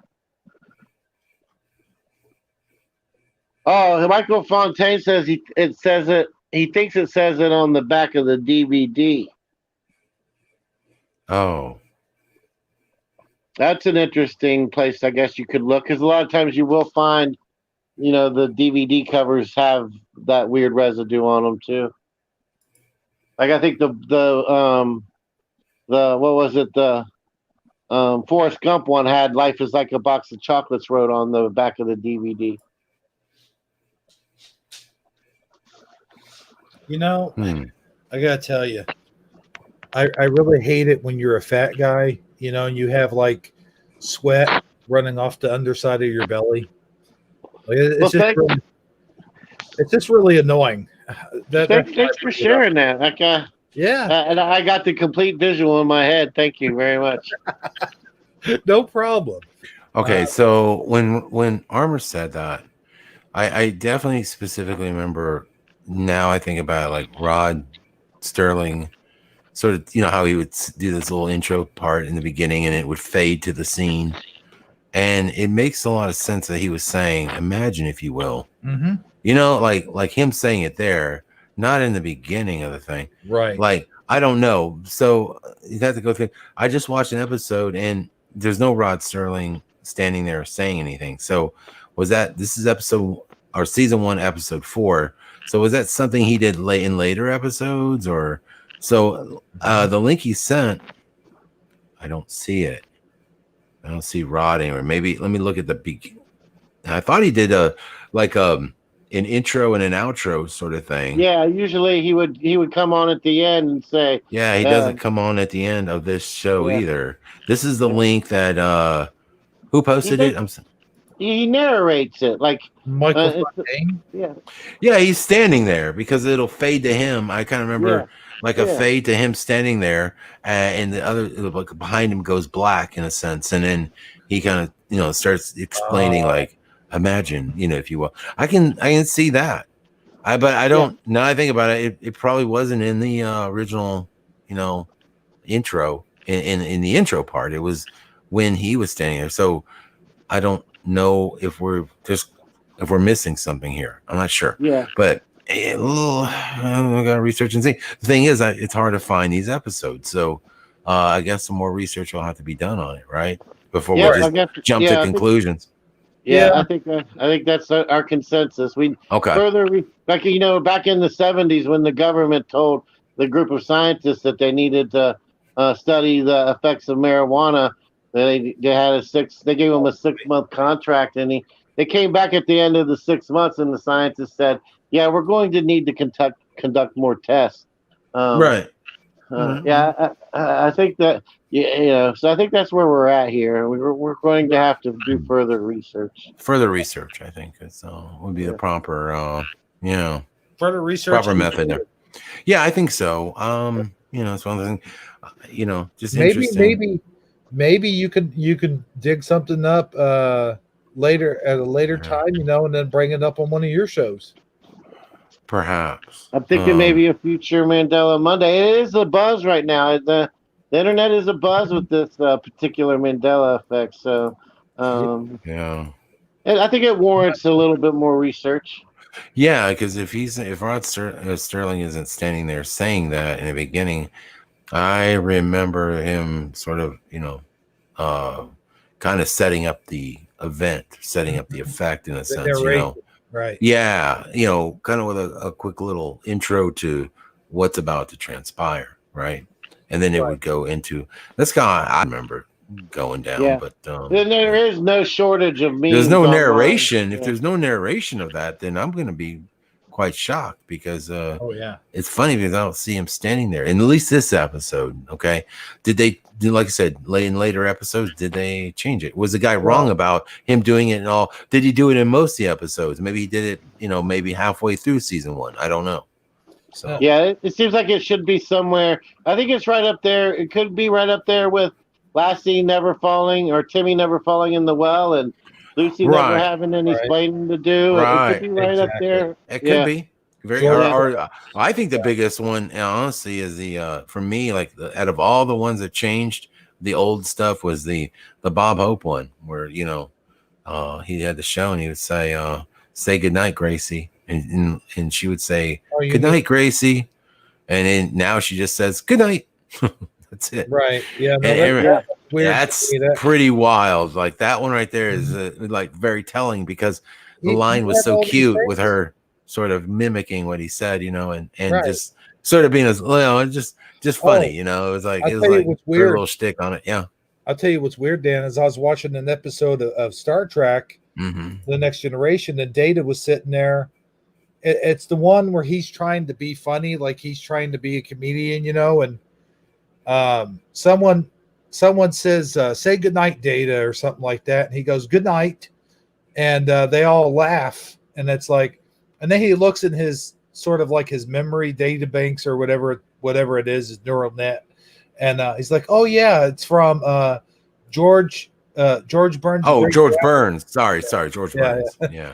But why would that information be on there? And it's still on that show. I always get George Burns and Bob Hope mixed up. I don't know why. I don't know. Because I don't know. Man, I'll tell you. But yeah, that's some good residue right there. Is that Star Trek episode? Now that Dan is back, flash that other one on there real quick again so you can see it, if you don't mind. What are you saying? The one from the article I had you bring up. He never got to see it. What you talking about, Willis? No, I know. Imagine that. Okay. Yeah, I will. I like to give him shit sometimes, Here we go. Whoop.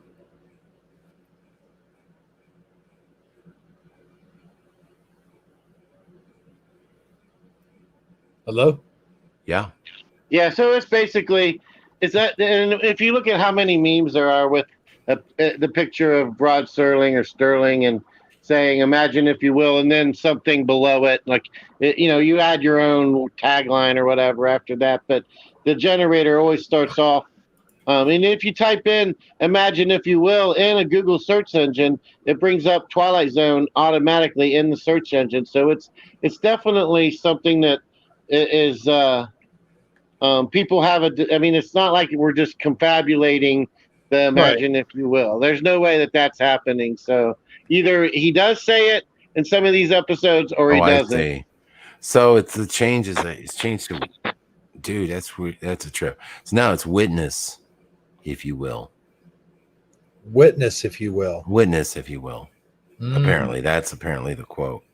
Okay. Now, witness, if you will. So when we get to that part where it is Sterling talking, it's witness, if you will.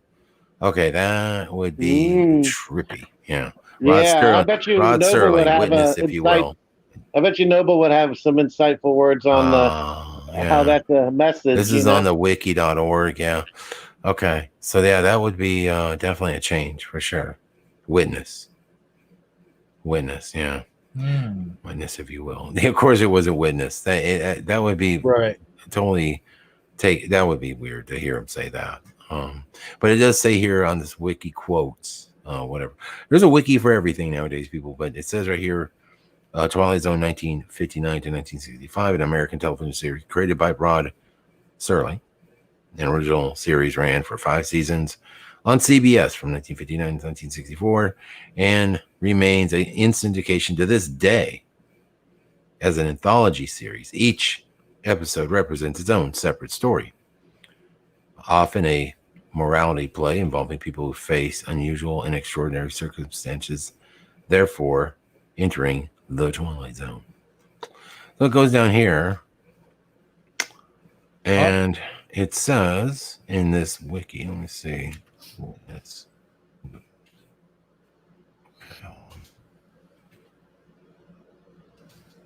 okay. All right. So it starts off and it lists like all these episodes. Now he doesn't say it, but it does in some of them. He does say like the last flight. It says right here, witness Flight Lieutenant William Terrence Decker. Okay, so he starts it off like that in one of the episodes. That one is from episode 1. I think this is season 1, episode 18. In Time Enough at Last is another name of this episode. This is episode 1-8, I think is what it's saying. Witness Mr. Henry, what is it? Bemis, a character member in a fraternity of dreamers. Okay. Then it goes on to say, you were about to meet a hypochondriac. Witness Mr. Walter Bedker. And he, so it starts out, and this is like everything. So even in like 1-1, okay, this is where is everybody? And it says the place is here, the time is now, and the journey into the shadows that we're about to watch could be our journey. But it doesn't start out with everything like as witness or anything like that. And let me look it up and see if he ever did. What was the quote again? Imagine, if you will. Imagine. Thank you. Okay. Imagine. Okay. Okay. So I'm gonna look up imagine. All right. So imagine. This is not official, but I'm looking. Imagine. Yeah, Armor said he remembers both imagine and sometimes picture, if you will. Picture. Okay. Oh, that's interesting because I think I see something here. So there's no imagine in the beginning anywhere. How about picture? Like picture. Ah, yes. Picture of a woman looking at a picture. Okay, that's season 1, episode 4. Okay, there is that one.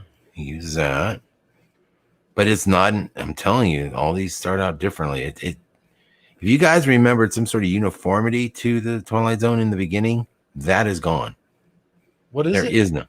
There's no uniformity. There's no starting out like picture this or imagine this or whatever, witness this. It's all different. It's basically just says, he just starts talking about the situation. Sometimes he says it, but very few. I mean, seems like here's one. The Arrival. This is episode 3, our season 3, episode 2. Picture of a man with Achilles' heel, a mystery that landed in his life and then turned into a heavy weight. And so that's how he starts that one. But no, it has all the, you know, transcripts here, and it's just, yeah. Let's see. Oh, is this one? No. He starts out, this one's called The Gift. This is season 3, episode 32. Is that correct? The place is Mexico, just across the Texas border, a mountain village held back in time by its remoteness. There you go.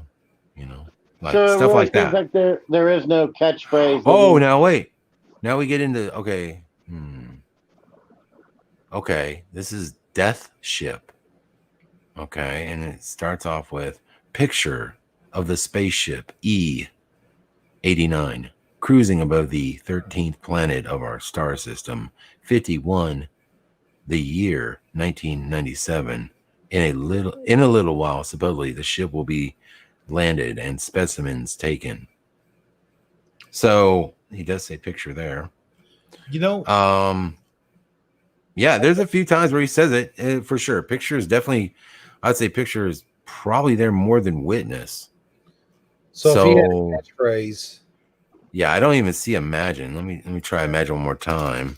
Imagine. Okay. But there is a lot of, I mean, resident. Did he ever say it in the beginning? There is an imagine here in the transcripts, but it's not at the beginning. That's what's weird. I'm looking here. Nope. Never shows up in the beginning. So those of you that have a memory of imagine, or at least him saying in a lot of episodes, it doesn't seem to be present. Yeah, I mean, that's try consider. Okay, let's try all consider. Of that. Yeah. Oh, try consider. That's another. Try consider. Yeah. Okay. Consider comes up only 3 times. Look and see. Pleased to present for your consideration. Yeah, I remember that one. See, I remember. He says it all different ways, man. I mean, like I said, there's no uniformity to it anymore. It's pretty much. I will say this. Yeah. For your consideration was a big one. I remember him saying that like a lot. Well, you would be wrong because he never says it in the beginning, and so far, and he says consideration, but he never says consider.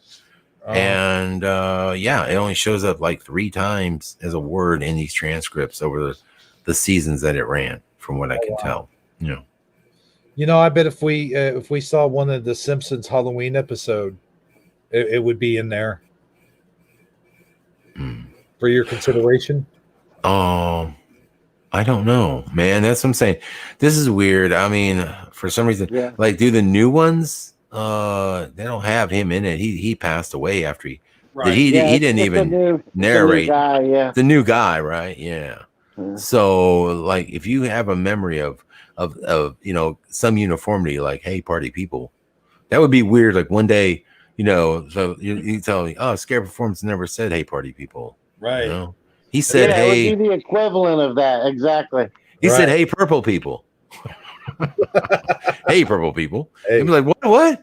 Dude, that would be trippy. Please, God, don't ever let that happen. There's certain effects that are just set too close. I just couldn't. I'd be like, oh my God. This is the 12th hour. Yeah. This is the this is the 12th hour. Yeah, that wouldn't be good. I hope. I don't like when I'm sort of a Mandela you know, I don't know, snob when it comes. I don't really like them to be that close home to me. I don't mind if other people experience that, but I really, I'm not so keen on it. I don't like when my Chinese restaurant changes. I don't like when my buddy's tobacco shop changes.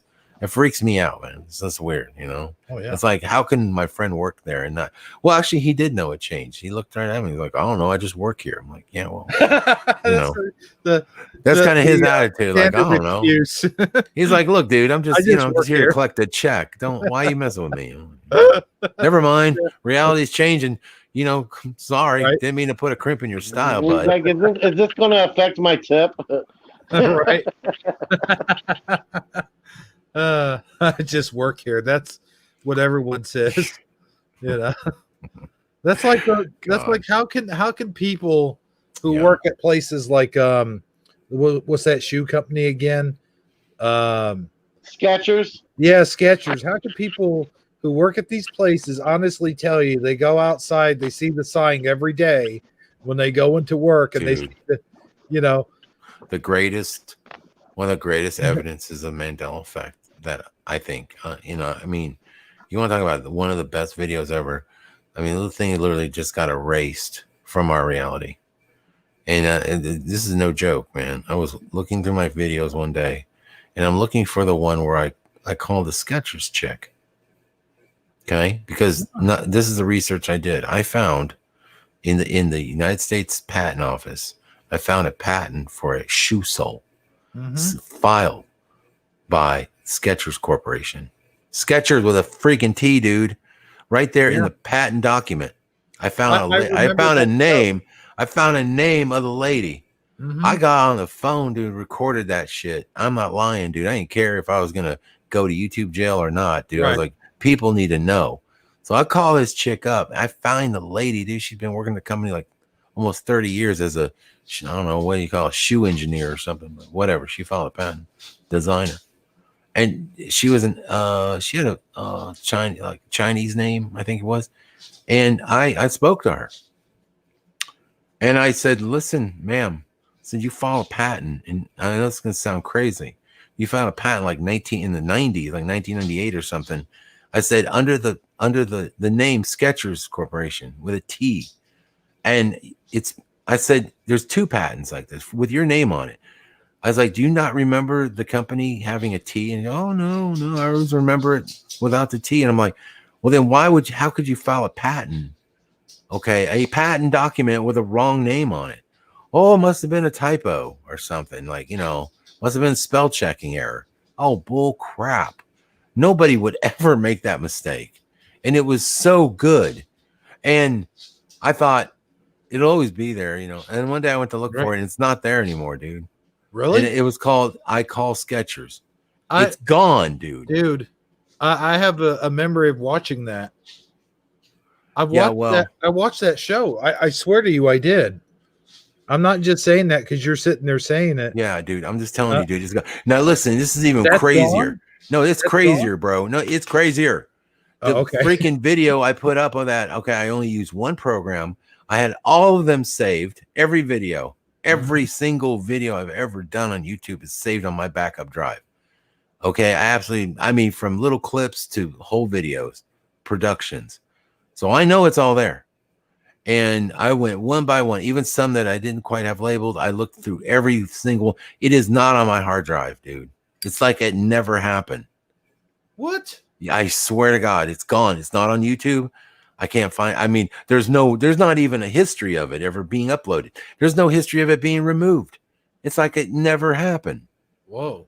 Yeah, dude. I was like, no, because I thought, well, fine, I'll just re-upload it. You bastards. You just took it away, no problem. I still got it, obviously, no problem. So I look back in my backup, and dude, I mean, I spent 2 or 3 hours. It's like one of those weird things that happened, like the time me and Suso did that broadcast, and I was joking with him about smoking a cigarette. Oh, yeah. And there was that flash. There was that flash for a split second of a picture of him smiling like sheepishly at me, holding a cigarette. I shit you not. And I was like, whoa, how did you do that? You can listen to the broadcast in real time. I was losing it, dude. I was like, how'd you do that, dude? And he's like, what? And we went and looked at the broadcast, dude, and there's just a blank screen there. There's just a box. There's a blank, it blanks out. I know what I saw. That episode. I saw it. I will tell you, I witnessed it. Dude, you saw it. I saw it. I mean, I even made a video like, listen, I need help. I need you guys to tell me what you saw, because like it happened right as it started. And this was the old duck. So it wasn't really easy to change your avatar. You know what I'm saying? You couldn't change it that fast. You couldn't just change it because it just flashed. Like, dude, I was like, there's no effing way, dude. There's no way. And then he looked, I remember Suso was, like, well, here's the thing. If he was jacking with me, it would still be there on the screen.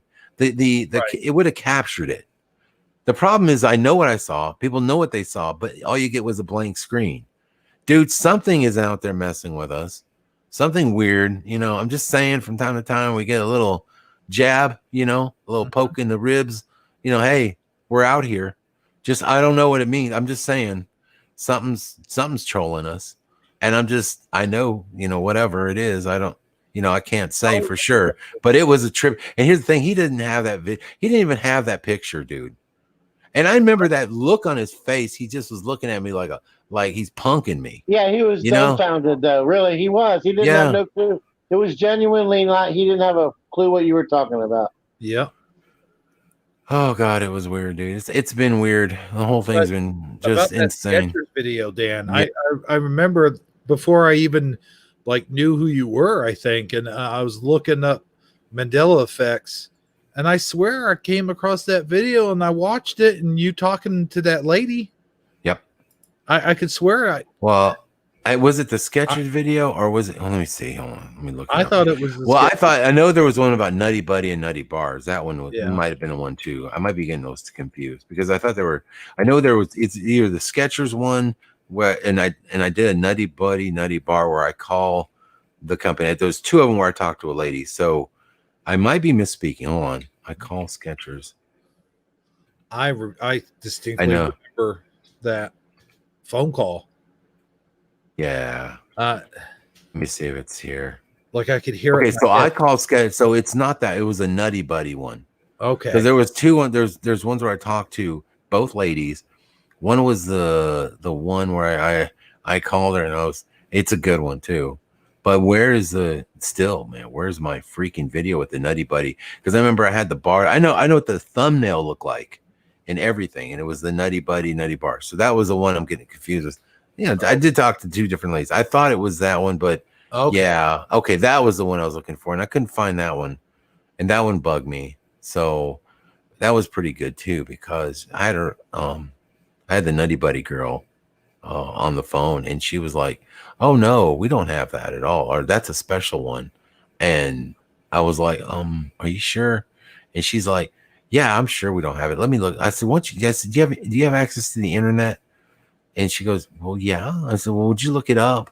And she was like, "Oh my God." She goes, "What the hell?"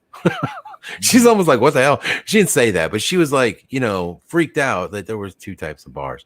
Okay, so this one I actually have, dude. That's cool. I still have the Skechers one. Yeah. So I still have Skechers. Cool. So I was kind of bummed because I actually think I like this one better because I called the girl. Yeah. Yeah, Skechers one is cool too. I just wish I could find the Nutty Bars one. I started to say, man, I remember watching that one. Yeah. Okay, cool. No. I mean, I remember. No, I'm just saying. It was a few months ago. We were talking about it, and I went to look for it, and on air, I realized I was missing one of them, and I couldn't remember what it was. Like, I just knew I was missing the one where I called the lady, and I was thinking Skechers, but no, it's Nutty Bars. Anyway, well, hey, yeah. Here's what we're gonna do. We've reached the 3 hour and 7 minute mark. Yeah. It's probably time to wind this puppy down, isn't it? Yeah. Okay. I say we give this room a quick shout out and all right. say our goodbyes. Sounds good, man. I got some food I need to eat anyway. Yeah, starving. Me too. All right. All right. Good deal. All right. So, let's see here. Would you? Yeah. Well, it's a short list right now. We have Lorraine Lamore and Michael Fontaine. That's all we have for participants. Where'd you guys go? Where are you at? Susan. There's Chris from South Jersey. There's Jennifer Richardson. We had Armor Up here. Noise Guru is here. Mm-hmm. Susan Kekai is also here. Melissa Hecker. There's Nobleness R2D2. Thank you. Yeah, I don't know. Somebody must be trolling right there. Let's see. Eddie Vunky, I think I said that. Lothar 900, of course. And yeah, pretty much a short list tonight. But you know what? Thank you all there's Faith, Hope, and Love. I watched the Nutty Bar video. You remember the Nutty Bar video.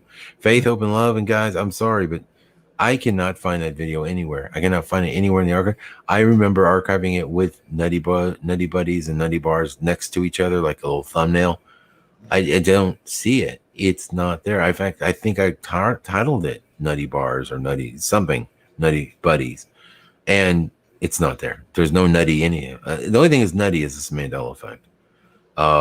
Anyway, guys, thank you all for being a part of this broadcast, and thank you all for coming out to Hebrews channel and Saji and checking it out tonight, man. I really appreciate you guys hanging out with us tonight.